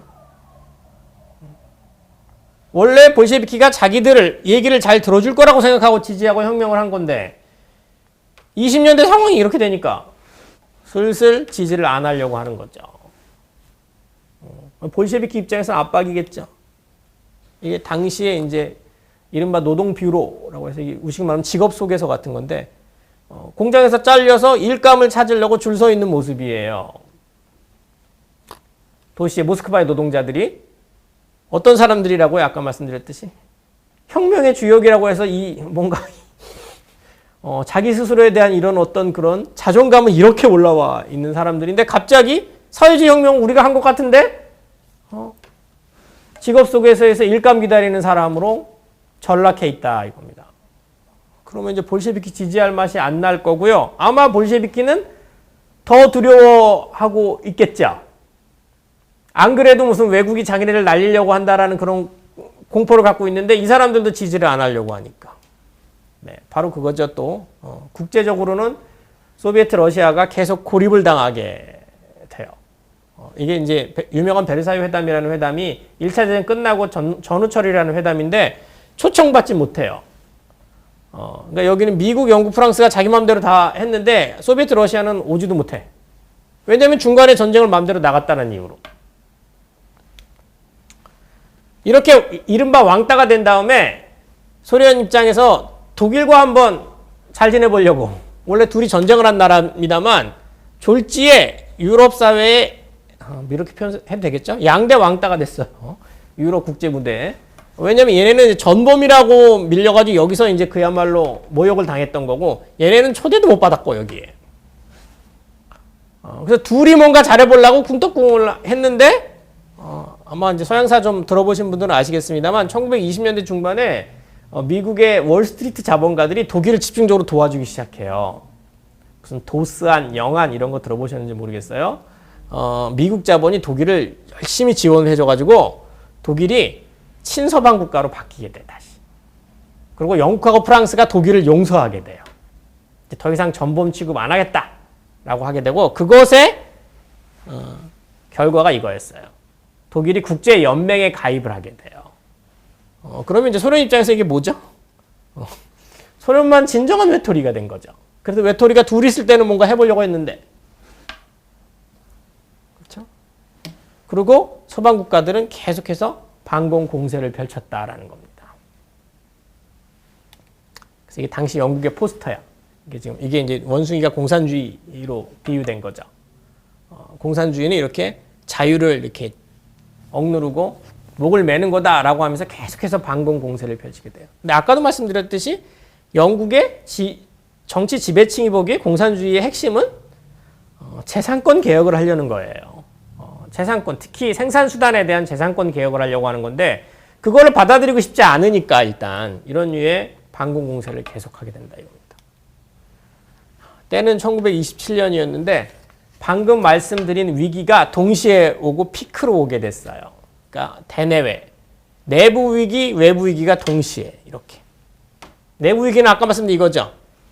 빵값 비싸지고 노동자는 실업자로 갈 것 같고 공장이 망해서. 외부 위기는 대외 고립이 점점 심화되면서 27년에는 급기야 영국이 국교를 일방적으로 단절해 버립니다.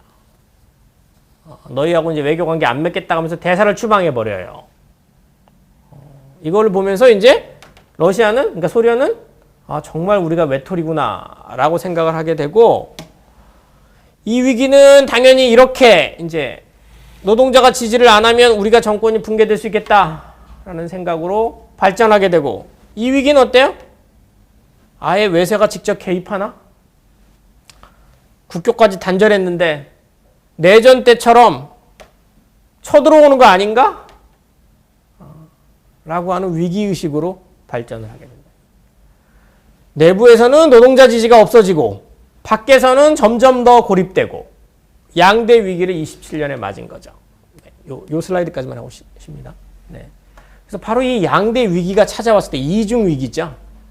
어떻게든지 극복을 해야겠거든요. 볼셰비키 입장에서는. 아까 말씀드린 볼셰비키 자기네 딴에는 자기네 정권이 역사의 진보를 담지한 정권이라 그랬어요. 그러니까 어떻게든지 이 위기를 극복해야겠다라고 생각하고 생각을 해봤더니 방안이 있더라 이겁니다. 그 과정이 어렵지만 이 이중의 위기를 한 방에 해결할 수 있는 방법이 있다라고 결론을 내리게 되고, 바로 그 방법을 이제 시행해 보려고 해요. 근데 그 과정이 엄청나게 지난할 거라는 거는 뻔한 거였고요. 그래서 여기까지 잠깐 쉬고 어떤 방법을 시도했는지 그 얘기를 지금 잠깐 브레이크 이후에 하도록 하겠습니다. 네.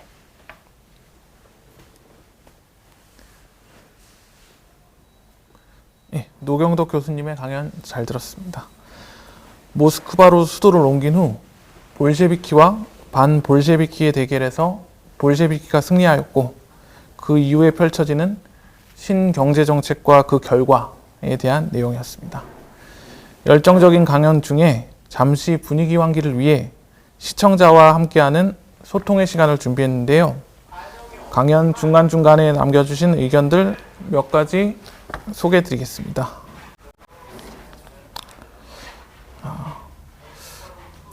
먼저 댓글들이 많이 달렸는데 본방사수라는 예, 댓글 달렸고요.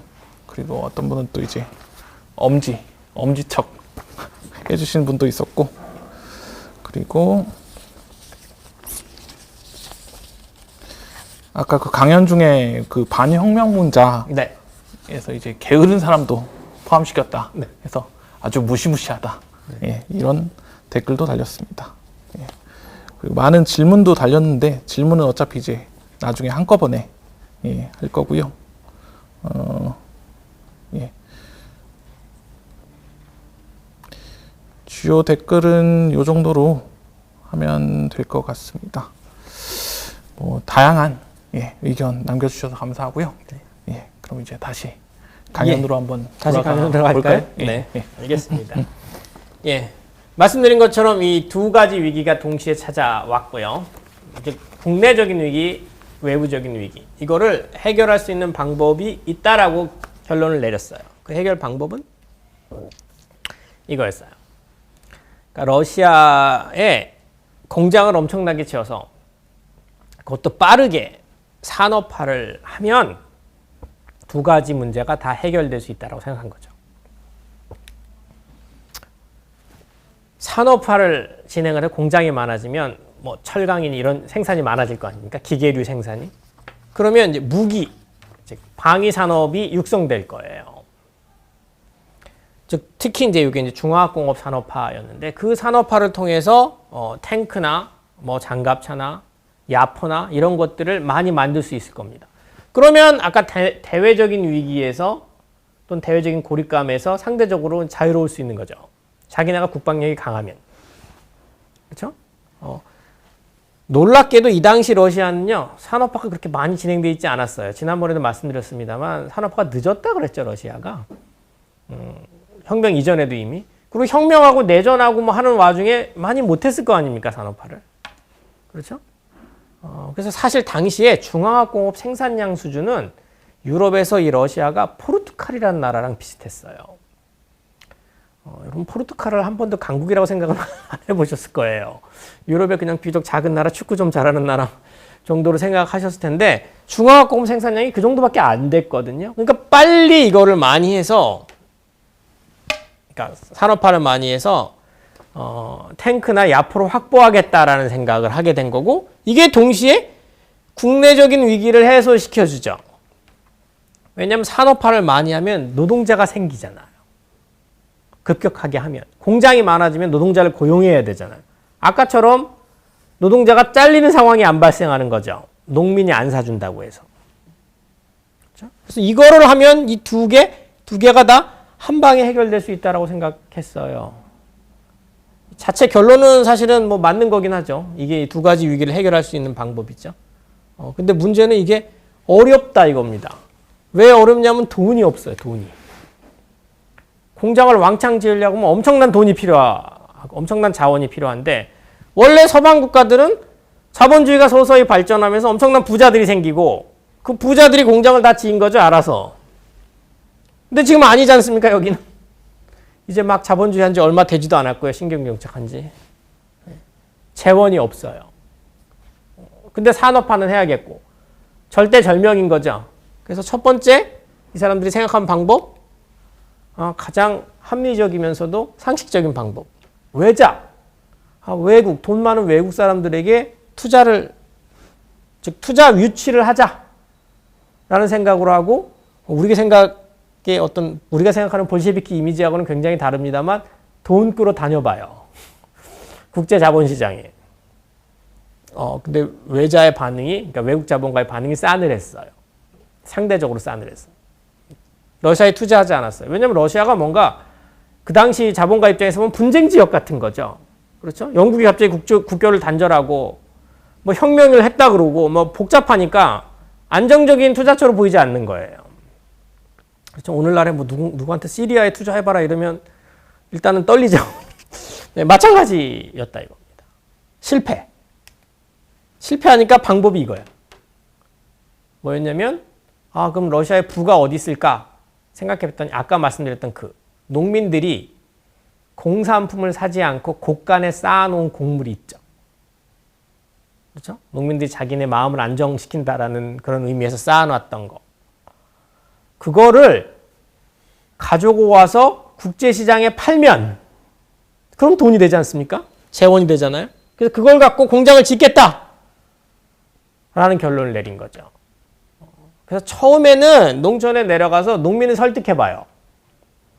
아, 지금 상황이 이런 상황이고 우리 사회주의 정권 지켜야 되는데 협조해 봅시다 라고 하는데 농민 입장에서는 황당하죠. 이게 무슨 소리야. 갑자기 내 곳간에 있는 곡물을 내놓으라니. 지금 땅도 내 거고 다 내 건데. 농민이 당연히 노 했단 말입니다. 노 하니까 볼셰비키가 알았습니다 하고 물러서지 않고 강제로 뺏게 돼요. 이게 강제 공출이죠. 사실은 뭐 사회주의적인 정책하고는 아무런 관계가 없어요. 당시에 산업화를 하려고 하는 산업화를 위한 재원을 확보하기 위해 급히 뭔가 부를 찾아야 되는데 농촌밖에 없으니까 그냥 가서 갖고 오려고 한 거죠. 네, 둘 다 실패했어요. 왜냐하면 이거는 강제 공출로 해서 갖고 오려고 하니까 농민이 격렬한 저항을 할 거 아닙니까? 내려가서 일부 강제 공출을 했다고 하더라도 스스로도 엄청 찔려요. 그냥 뺏는 거잖아요, 이거. 그렇죠? 볼셰비키 입장에서 한번 생각해 보시면 지난 시간에도 말씀드렸습니다만 볼셰비키라고 하는 사람들이 원래 어떤 사람들이었냐면 부유층 출신의 교육받은 사람들, 그리고 나름 뭔가 민중을 위해서 살겠다라고 해서 자기의 보장된 미래를 버렸던 사람들인데 어느 날 갑자기 자기가 농민의 곡물을 뺏고 있더라 이겁니다. 사실 무지하게 기분이 안 좋은 거죠, 스스로도. 쉽게 말하면 찔리는 거죠. 그러니까 죄책감이 엄청나죠. 그렇죠? 근데 뭐 나름 마르크스주의적인 입장에서 혁명을 수호하기 위해서는 어쩔 수 없다라고 생각하고 막 했는데 그래도 농민이 격렬하게 저항하고 그 사이에서 엄청난 무슨 뭐 예를 들면 모순이나 폭력이 발생하고 쉽지 않은 거죠. 이걸 하기 어렵고 실제로 농민들이 이때 또 뭐 그래도 어쨌든 러시아가 사회주의 한다 그래가지고 이런 이른바 민중들이 고소고발 같은 걸 하기 쉽게 만들어 놨었는데요. 20년대 초반에. 그러니까 이런 일을 당하니까 농민들이 또 엄청난 고소고발을 하고 러시아 사법부에 그야말로 이제 소장이 막 그냥 어마어마하게 쌓이게 돼요. 자, 이런 상황 속에서 볼셰비키가 내린 결론은 무엇이었느냐? 충격적인 거죠. 농업 집단화를 하기로 해. 그건 이른바 스탈린의 혁명이라고 하는데요. 농업 집단화라는 건 뭐냐면 강제 공출은 가서 곡물을 뺏어오는 거잖아요. 농업 집단화는 토지 자체를 국유화해버리는 거예요. 아까 자본주의 신경제 정책을 하면서 토지는 농민의 개인 소유가 됐다 그랬죠. 개인 소유로 하니까 이렇게 뺏을 수밖에 없잖아요. 볼셰비키가 내린 결론은 뭐냐면 아예 토지를 국유화해서 국유화하면 토지에서 나오는 모든 곡물이 일단 먼저 국가 거죠. 그렇잖아요. 그럼 그 곡물을 해외 시장에 팔아서 산업화 재원을 마련합니다. 이런 방식으로 바꿔요. 놀랍게도 볼셰비키 입장에서는 이 방법이 덜 찔렸어요. 왜 덜 찔렸을까요? 이거는 그냥 곡물을 뺏어오는 것 같았지만 그리고 또 뭐 물론 비교하자면 이거는 토지 뺏는 거니까 더 나쁜 것처럼 보이지만 볼셰비키는 사회주의자잖아요. 토지를 국유화한다라는 것이 이른바 사회주의 개혁으로 보였다 이겁니다. 왜냐하면 토지라는 건 생산수단이고 생산수단에 대한 재산권이잖아요. 생산수단에 대한 재산권을 폐지하고 국가가 소유하는 것으로 바꾸는 것은 사회주의 개혁처럼 보였어요. 이거는 그냥 하이웨이에서 뺏는 것처럼 보였고 날강도처럼 보였고 이거는 사회주의 개혁처럼 보였다.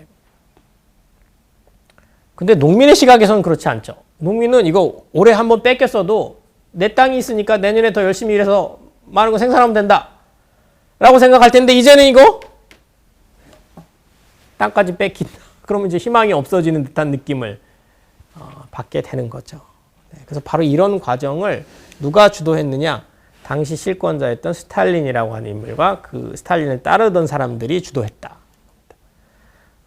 22년에 레닌이 이미 뇌출혈을 겪고 나서 그 다음부터는 레닌이 오락가락해요. 24년에 죽었는데 실질적인 실권을 이미 이제 20년대 중반부터 갖게 되고요. 왜 이겼느냐? 정말 충실한 레닌주의자처럼 보여서 많은 사람들이 지지를 했어요. 사실 이 스탈린이라고 하는 인물은 서방의 언론이나 학계가 만들어 놓은 이미지 때문에 굉장히 왜곡돼서 알려져 있어요. 지금 우리 시국에게는 그냥 그야말로 몬스터로 알려져 있죠. 근데 몬스터적인 특성이 없는 거는 아닌데 그것만 있는 건 절대 아니에요. 네. 이따가 좀 말씀드릴 기회가 있으면 말씀드리고요. 권력 투쟁에서 승리한 가장 중요한 이유는 이렇게 보였기 때문이었어요. 스탈린이요. 뭔가 일을 끝까지 처리하는 책임감 있는 실무형 지식인처럼 보였어요. 반대파, 특히 트로츠키 같은 경우는 말 잘하는 이론적인 지식인처럼 보였어요. 그 부분이 이제 중요한 부분이었고, 이게 또 레닌의 어떤 그 유지를 잘 계승하는 것이다라는 생각을 하면서 사람들이 이제 특히 당시의 당원들이 스탈린을 지지하게 됐고요. 성향적으로는 이런 성향을 갖고 있는 사람이었어요. 굉장히 현실주의자고요. 좋은 말로 현실주의자가 아니라 너무 냉정하고 냉혹할 정도의 현실주의자인데 이 부분은 레닌과 거의 똑같죠. 근데 레닌의 플러스 알파는 뭐냐면 이런 게 있었어요. 완벽주의적이고 결벽증적인 사람이었어요. 그리고 일에 중독된 사람이고 완벽주의적이고 결벽증적인 사고는 어디서 왔느냐? 아마도 스탈린은 어렸을 때부터 사제 교육을 받은 사람이에요. 실제로 이 사람은 신학교를 다닌 사람이거든요. 고급 수준의 신학교를 다닌 사람.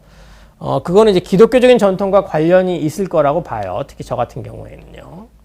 왜냐면 이 결벽증이라는 게 나쁜 뜻으로 썼다기보다는 뭔가 이제 뭐 특히 구약성서나 이런 걸 봤을 때 뭔가 순수하고 깨끗함에 대한 어떤 기본적인 나름의 갈망이나 또 그런 거에 대한 집착이 있지 않습니까?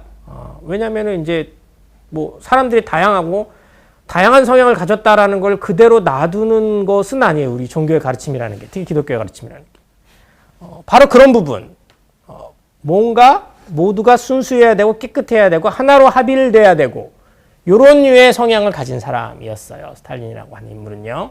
이게 나중에 이제 스탈린 숙청과 관련되기 때문에 말씀드리고, 그리고 이게 좋은 뜻으로 쓴 말은 전혀 아니고요. 미래지향적이라는 말은 현재를 희생하면서 미래가 더 밝아진다면 그것을 감행할 수 있다. 라는 식의 생각을 가진 사람이었어요. 그러니까 현재 지금 사람들이 힘들고 또 누군가가 희생을 당하더라도 만약에 훗날 펼쳐질 미래가 더 좋다면 감행하는 사람이에요. 사실 이것도 이제 기독교적인 성향이 꽤 있는 부분이에요. 특히 구약 성서에 나오는 어떤 이야기들과 관련된 이야기고, 그리고 조금 더 확장을 하면 뭐 계몽주의나 다른 서양 근대의 사상과도 관련이 있는 성향이고요. 바로 이런 사람이었기 때문에 이후에 아까 말씀드린 그 농업 집단화 이런 것도 냉철한 냉혹한 현실주의에다가 더 과감하게 밀어붙인 거죠. 지금 농민 힘들면 어때? 사회주의가 생존해서 앞으로 인류에게 진보를 가져다 주면 되지. 뭐 이런 생각이야, 쉽게 말하면. 네, 그래서 레닌의 묘예요. 저기 아까 말씀드린 붉은 광장에 가시면 있어요. 지금도 방부해가지고 그대로 있죠. 네. 네, 바로 이 스탈린이라는 인물이요. 레닌의 후계자였던. 그리고 지난 시간에 제가 잠깐 잘못 소개를 해드렸었는데 저 끝에 인물이 지금 하도 트로츠키랑 닮아서 지난 시간에 제가 트로츠키라 그랬고, 웬만한 지금 웨브사이트에 봐도 다 트로츠키로 나오는데 어느 날 제가 갑자기 봤더니 트로츠키가 아니라는 걸 깨달았어요. 지금. 그래서 이게 트로츠키예요. 굉장히 비슷하죠? 그래서 네, 트로츠키라고 생각했는데 저 사람은 깔리지라고 하는 다른 볼셰비키 지도자고, 요 둘 사이에 권력 투쟁이 있다가 결국 이 사람이 승리를 한 거였습니다. 이게 이제 스탈린 지도부의 모습이고요. 특별히 갖고 온 이유는 지금 웬만하면 다 군복을 입고 있잖아요. 또 우리가 이제 공산주의 사회에 대해서 갖고 있는 이미지가 이렇게 군복을 입고 있으면 이 사람들은 전쟁을 좋아하는 사람들인가? 뭐 이런 식의 생각을 하고, 특히 우리가 또 반군 교육을 받은 세대여가지고 하시라도 쳐들어올지 모르는 이 공산주의자들, 하시라도 군사적인 행동을 무모하게 감행하는 공산주의자들, 이런 이미지를 우리가 갖고 있는데, 군복을 입었던 건 사실이야, 진짜로. 근데 군복을 입은 이유는 수세적인 이유 때문이었어요. 아까 지금 우리가 쭉 얘기해왔듯이 영국이 언제 쳐들어올지 모른다. 외세가 언제 쳐들어올지 모른다. 그러니까 항상 준비하고 있어야 된다. 뭐 이런 의미에서 입고 있었던 군복이에요. 네, 평상복을 입었을 때는 이런 모습이고요. 저 끝에 인물이 바로 깔린이네요. 아까 제가 착각했다는 그 인물.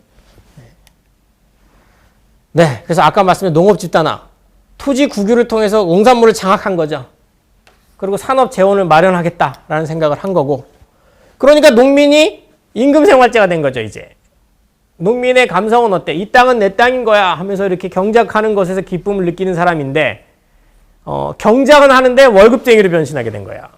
왜냐하면 모든 산물을 국가가 먼저 가져가니까요. 그렇죠? 그러니까 농민이 당연히 저항했겠고요. 내 땅 뺏어가지 마세요 하고 막 난리였겠죠. 그거를 아까 스탈린이 미래지향적인, 안 좋은 의미에서 미래지향적인 생각으로 밀어붙여서 농촌사회에 엄청난 비극이 있었어요. 그래도 아까 말씀드린 강제 공출 때보다는 볼셰비키가 덜 찔려 했다 이겁니다.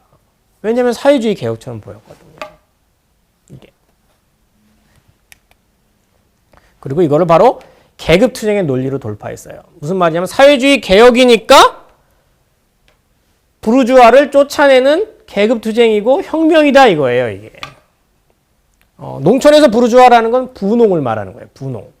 부자가 된 농민들을 쫓아내면서 다 농촌 토지를 국유화한다라는 의미로 밀어붙였다 이겁니다. 즉 자본주의에서 사회주의를 이행하는 과정으로 역사 유물론상의 발전으로 이거를 바라봤다라는 거죠. 자기들의 이데올로기 체계 안에서는요. 이제 빈농이 부농 쫓아내자라고 하는 그런 포스터예요.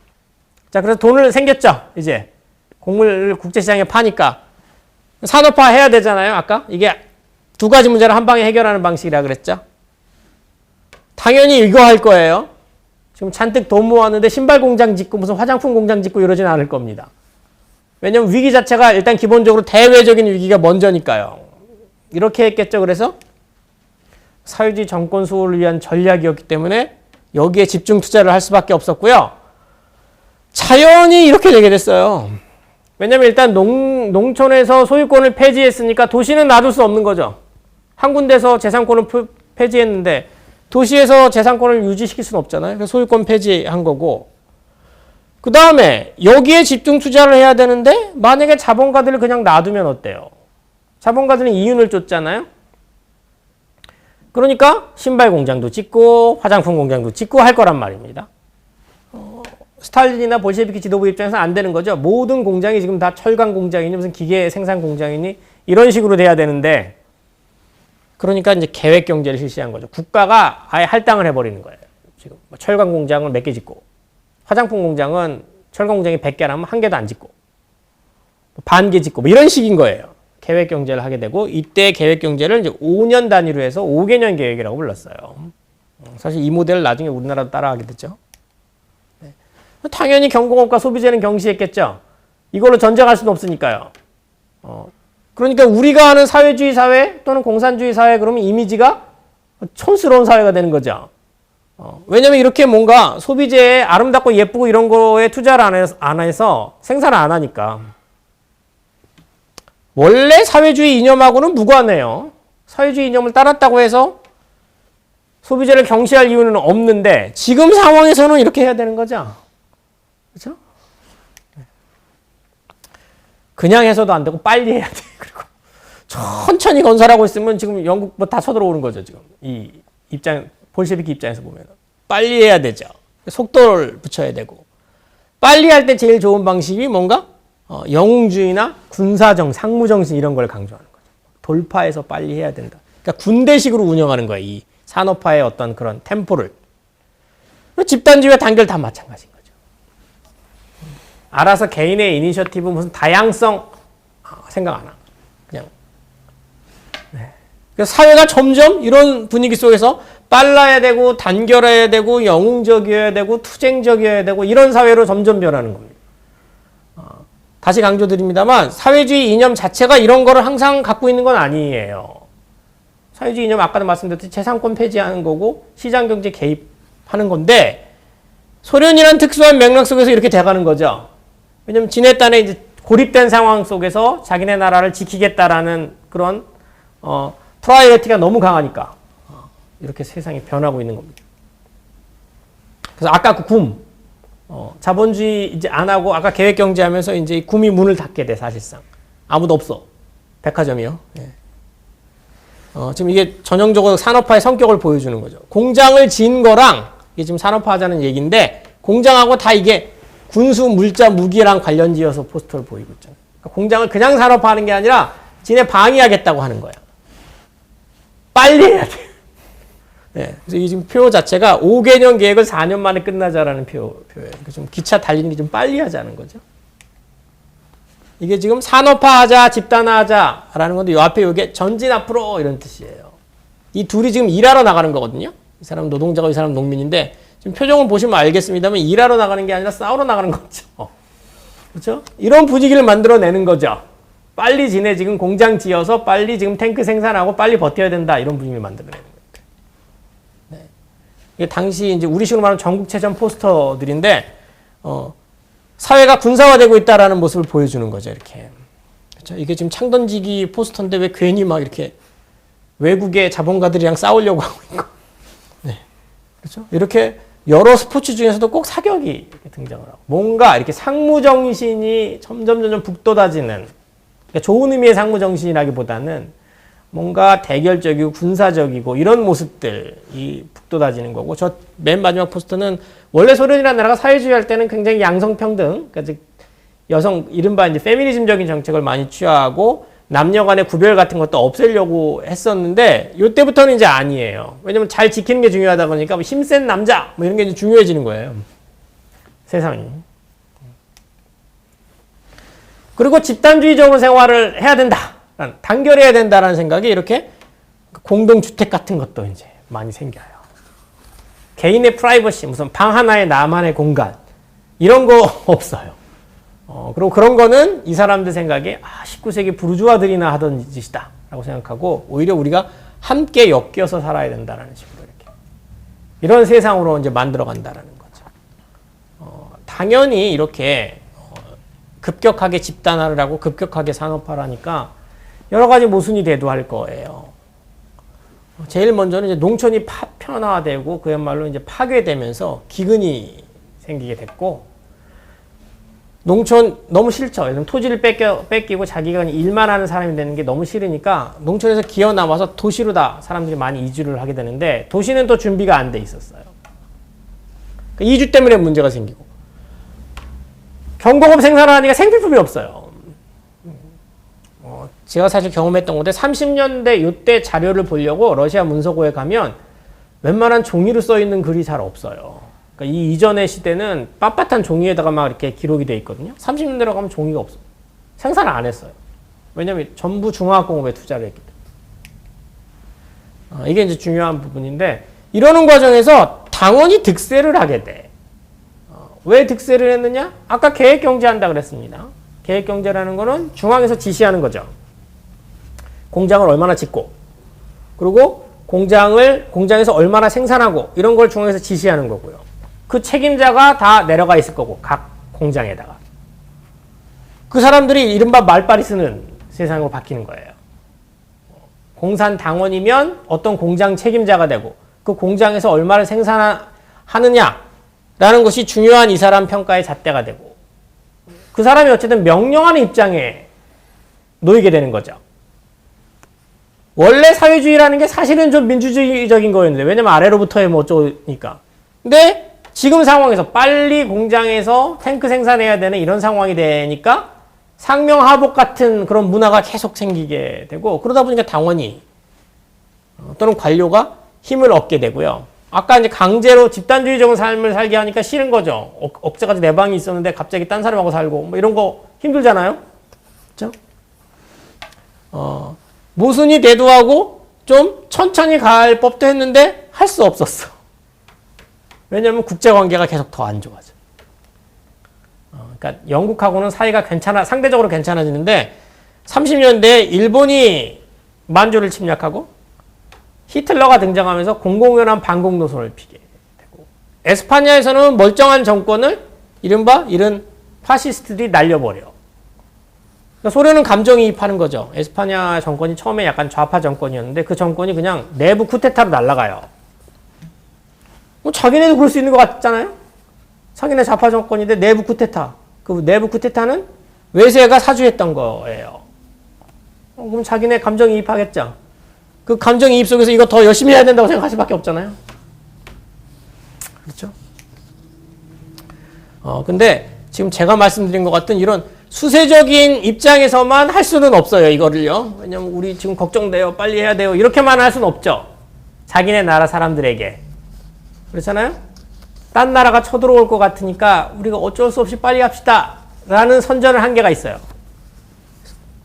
긍정적인 선전도 같이 해야 돼. 네가 하고 있는 게 엄청난 새로운 미래를 건설하는 거고, 새 세상을 여는 거고, 이게 새 문명을 창조하는 거고, 우리는 다른 서방의 국가들과 다른 더 거대한 문명을 만들어내는 거고, 뭐 이런 류의 긍정적인 또 레토릭도 계속해서 사용을 하게 되는 거죠. 그래서 그 긍정적인 레토릭의 반응, 뭐 반영이라고 하는 게 이렇게 큰 공장들이 다른 서양보다 더 큰 규모의 공장들이 이제 들어서게 되고, 그때 이제 모스크바니까 제가 특별히 말씀드리는데 이른바 스탈린 양식이라고 하는 건물들이 등장하게 돼요. 이렇게 뭐 건물 하나 짓면 그냥 초대형으로 짓는 거죠. 이게 모스크바 국립대학의 핵심 건물이에요. 가서 보시면 어마어마하게 큽니다. 이게 이제 모스크바에만 7개가 있어요. 이런 류의 건물이. 이게 한 호텔이에요, 이게. 어마어마하게 크죠? 네. 이게 좀 크기를 좀 비교하시라고. 제가 이게 이제 가장 유명한, 아까 그런 건물 중에 가장 유명한 건물인데, 러시아 외무성 건물이거든요. 왜냐면 우리나라로 따지면 명동에 있어요, 이게. 밑에 이제 이 차랑 한번 비교해서 이게 얼마나 큰지. 가서 보시면 그냥 그야말로 장대한 건물이 이제 들어서 있는데, 이게 이제 새 문명 창조라는 자신감으로 또 한번 돌파해보자라는 식으로 이제 사람들에게 북돋고 있는 거예요. 그래서 결과는 어떻게 되었느냐. 엎어치고 매치고 어쨌든 공업 생산량이 세계 2위로 올라서게 됩니다. 그러니까 엄청난 양의 중화학 공업 생산품을 만들어낼 수 있는 그런 나라가 돼요. 10년 만에. 그래서 군사 강대국화하게 돼요. 이거는 어떻게 보면 성공이긴 하죠. 물론 성공이지만 이런 엄청난 비극이 있었던 거죠. 농촌의 희생. 그러니까 농촌의 토지를 다 국유화시키고 상당수의 농민을 이주하게 만들고 농민들의 스피릿을 잃게 만들고 이러면서 따온 곡물을 가지고 한 산업화였기 때문에 이런 비극이 같이 있는 거죠. 근데 반대로 노동자는 상황이 괜찮아지는 거죠. 20년대 아까 그 힘들었던 노동자들이 공장이 많아지니까 취업을 다 하고 공장에서 중요한 책임자 역할을 하게 돼요. 그래서 승진하고 각종 복지 혜택을 나름 독차지하게 되고요. 어려웠던 거는 이런 노동자가 아니라 이주해온 노동자, 농민에서. 이런 사람들은 더 어렵게 되고요. 눈앞에 성공은 있었지만 내부적인 모순은 계속 있었다라는 거고요. 특히 이런 폐해들, 아까 말씀드린 이런 계획경제를 실시하면서 뭔가 상명하복의 시스템이 완성이 되고 그러면서 민주주의가 계속 쇠퇴를 하게 되고요. 관료와 당원이 성장을 하는 거죠. 말씀드린 것처럼요. 그냥 성장만 하면 그렇다고 치는데 꼭 이런 일이 생겨요. 그렇죠? 뭔가 이제 국가 기구의 권력이 또는 당의 권력이 강해진 사회, 그리고 민주주의는 쇠퇴한 사회, 두 가지가 컴바인이 되면 자연스럽게 이런 일이 벌어지죠. 그렇죠? 그러니까 지금 뭐 만약에 우리나라 사회 상황하고 좀 빗대어서 말하면 뭐 관피아 같은 게 계속 생기는 거예요. 그러니까 그냥 당원이 관료가 성장하는 것뿐만 아니라 계속해서 그 국가에서 내려온 예산에 이런 거를 뭐 떼어 먹는다든지 또는 뭐 보고를 다른 식으로 위조해서 올리면서 예산을 더 딴다든지 뭐 이런 그러면은 그 돈 벌어서 관료들은 사회주의 사회인데 뭐 할 겁니까? 이렇게 물을 수도 있는데 사회주의 사회도 돈 많으면 좋죠. 그렇죠? 유일하게 못하는 거는 생산수단을 못 산다라는 것 뿐이지, 즉 자기가 공장의 사장님이 되거나 토지의 지주가 될 수 없다라는 것 뿐이, 돈 많으면 놀러 가고 여행 가고 하는 거예요. 이 친구들도요. 네. 이게 너무 심해지니까 어떤 일이 벌어지냐면 중앙의 지도부, 특히 스탈린 지도부의 입장에서, 아까 스탈린은 어떤 인물인지 말씀드렸죠. 결벽증적인 인물이란 말이에요. 도저히 볼 수 없었어요. 네. 특히 관료가 부패를 했다라는 건 뭐예요? 이를테면 예를 들면 이런 겁니다. 예를 들면 철강을 100톤을 생산해라. 그래서 그 100톤을 가지고 탱크를 몇 대를 만들려고 했는데 지방당원이 공장 책임을 맡고 있는 지방당원이 한 80톤만 생산한 거야. 그리고 20톤은 그냥 서류 위조해서 가짜로 보고를 한 거죠. 그러면 이제 스탈린 같은 사람이 보기에는 그런 게 어떤 행동이 되는 거냐면 부패한 것뿐만 아니라 사회주의 정권을 지키는데 방해가 된 거죠. 그렇죠. 우리식으로 말하면 그냥 경제범인데 얘네들은 그게 정치범이죠. 그렇죠? 달리 말하면 아까 표현한 대로 반혁명 분자가 되는 거예요. 근데 너무 많은 거죠, 그런 사람이? 어떻게 색출할까 고민하다가 비밀경찰 조직을 확대해. 그래서 이 친구들이 계속 내사를 하는 거예요, 내사를. 내사를 하다가 걸리면 이른바 고문이란 걸 하죠. 비슷하게. 뭐 고문 안 했다고 서른 사람들은 말하는데 한 거 사실이고요. 그러면 자기가 불겠죠. 나 혼자 이렇게 한 게 아닙니다. 저쪽 공장에 누구랑 같이 한 거고 누구 관료가 봐준 겁니다. 뭐 이런 식으로. 그러면 줄줄이 사탕으로 걸려요.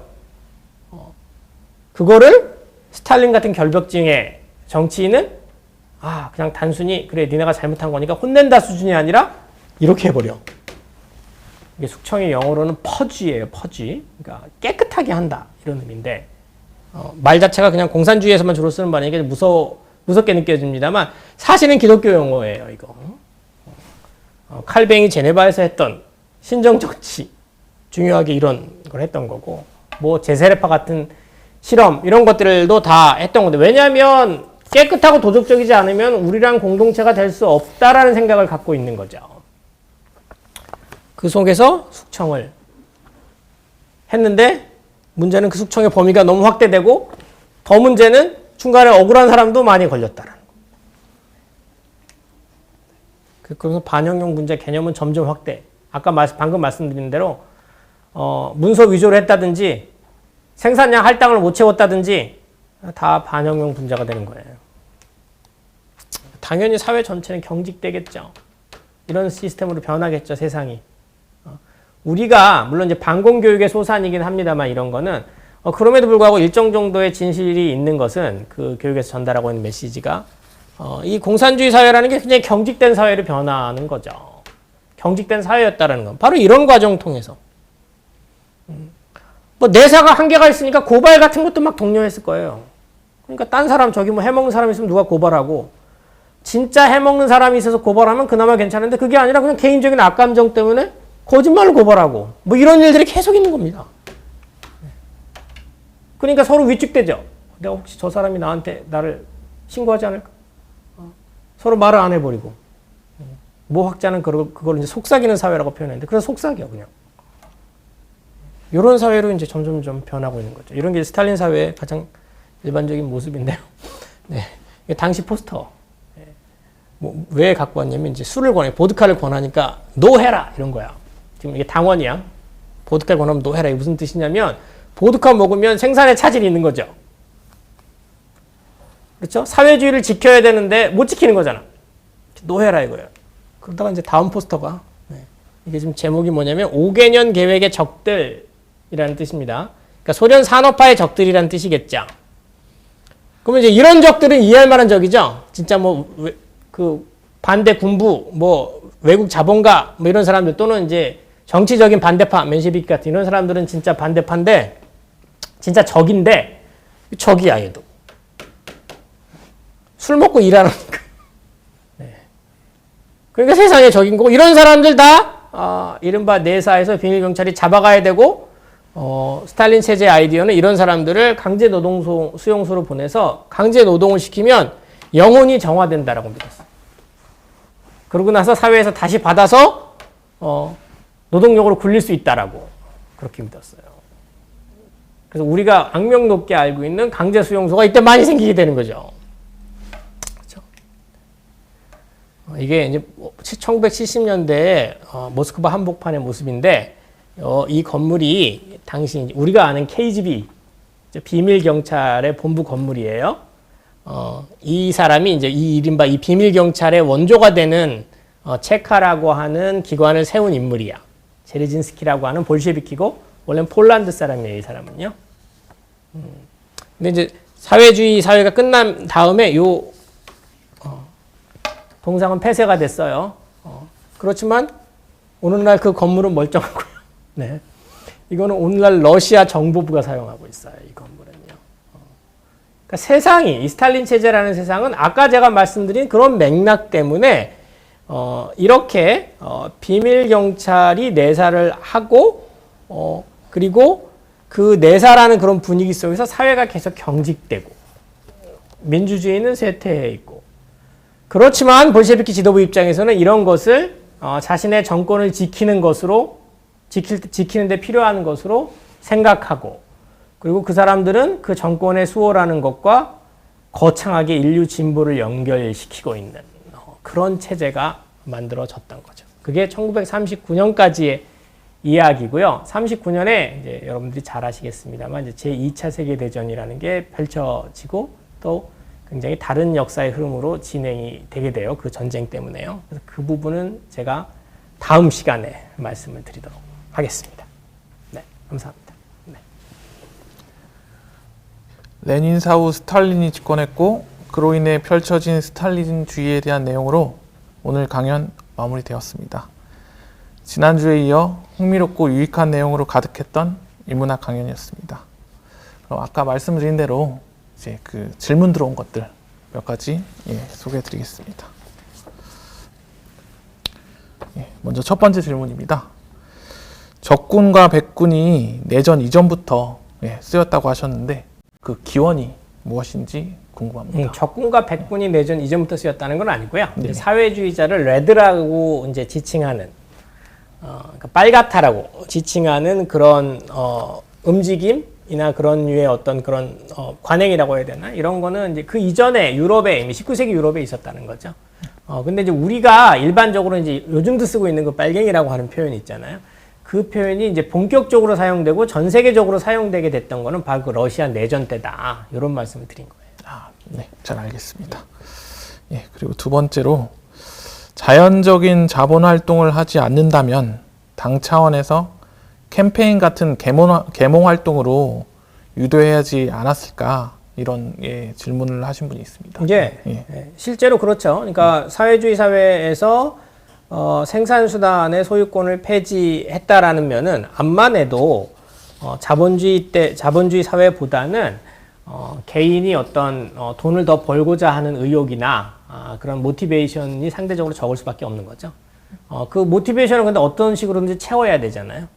그 채울 때 특히 스탈린 체제 같은 경우는 이제 캠페인을 많이 이용했었어요. 그러니까 정치적인 어떤 그런 캠페인을 통해서 네가 일을 열심히 하면 너에게 돌아가는 보상도 있지만 동시에 이게 국가를 위한 것이고 아까 말씀드린 대로 단순히 국가를 위하는 것을 넘어서 이게 인류 문명 진보에 기여하는 것이다 라는 그런 메시지를 계속 던지면서 캠페인을 펼치는 거죠. 그러면은 생산수단 소유권이 폐지된 사회라고 할지라도 실제로 직장에서 일하는 사람들이 상대적으로는 더 열심히 일할 수 있는 그런 모습이 되는 거죠. 사실은 이런 류의 어떤 그런 동료는 사회주의 사회에만 있었던 건 아니고요. 20세기의 다른 나라에서도 많이 보이는 부분이고 우리도 뭐 새마을운동을 생각해 보시면 쉽거든요. 그때 꼭 뭐 물질적인 보상보다는 열심히 일하면 나라가 좋아지고 함께 갑시다 뭐 이런 류의 캠페인들이 계속 있지 않습니까? 그런 류의 캠페인 사실 소련이 거의 원조예요. 잘 알겠습니다. 그리고 마지막으로 만일 지금의 소련이 고립되지 않았다면 세계사적으로 양상이 많이 바뀌었을지 그 부분 궁금합니다. 예, 그렇죠. 그러니까 사실 제가 가장 핵심적으로 생각하고 있는 부분이기도 한데 소련이 어쨌든 사회주의 혁명으로 성립한 이후에 세계에서 고립되지 않은 상태로 만약에 그 정권, 그 체제를 건설할 수 있었다면 그러면 지금하고는 전혀 다른 첫 번째로는 소련 내부의 사회가 전혀 달랐을 거고요. 그러니까 지금 제가 말씀드린 스탈린 시대에 뭐 경직되고 뭐 어쩌고저쩌고 군사화되고 단결과 속도를 강조하고 이러는 거 다 고립에서 기초한, 그러니까 고립이 만들어낸 그런 사회 분위기예요. 국제적인 고립이라는 것이. 만약에 그렇지 않고 그냥 소련은 내부적으로 경제 시스템만 좀 다르고 다른 국가와 교류할 수 있는 상황이었다 라고 하면 구태여 이렇게 만들 필요가 없죠. 세상을요. 아까 지금 쭉 진행해왔던 내용 자체가 그렇지 않습니까? 고립된 상황에서 외국이 쳐들어올지 모른다라는 그런 긴박감 속에서 만든 제도잖아요, 전부가. 사실 어제 뭐 대통령 표현이기도 합니다만 이 소련은 전시 상황 속에, 사실상 전시 상황 속에 건설해 나간 거예요. 자기네들 마인드로는요. 외국이 쳐들어올지 모른다라는 그런 절박한 심정 속에, 그런 고립감 속에 만든 시스템이니까 아마 그게 없었다면 전혀 다른 세상이 됐을 거고, 역시 그게 없었다면 소련뿐만 아니라 세계도 꽤 달라지지 않았을까, 뭐 그렇게 생각합니다. 예, 잘 들었습니다. 예, 이것으로 오늘 강연 마치겠습니다. 다음 세 번째 강연은 5월 6일에 볼고그라드와 제2차 세계대전이라는 내용으로 찾아뵙겠습니다. 다음 주에도 많은 시청 부탁드립니다. 감사합니다.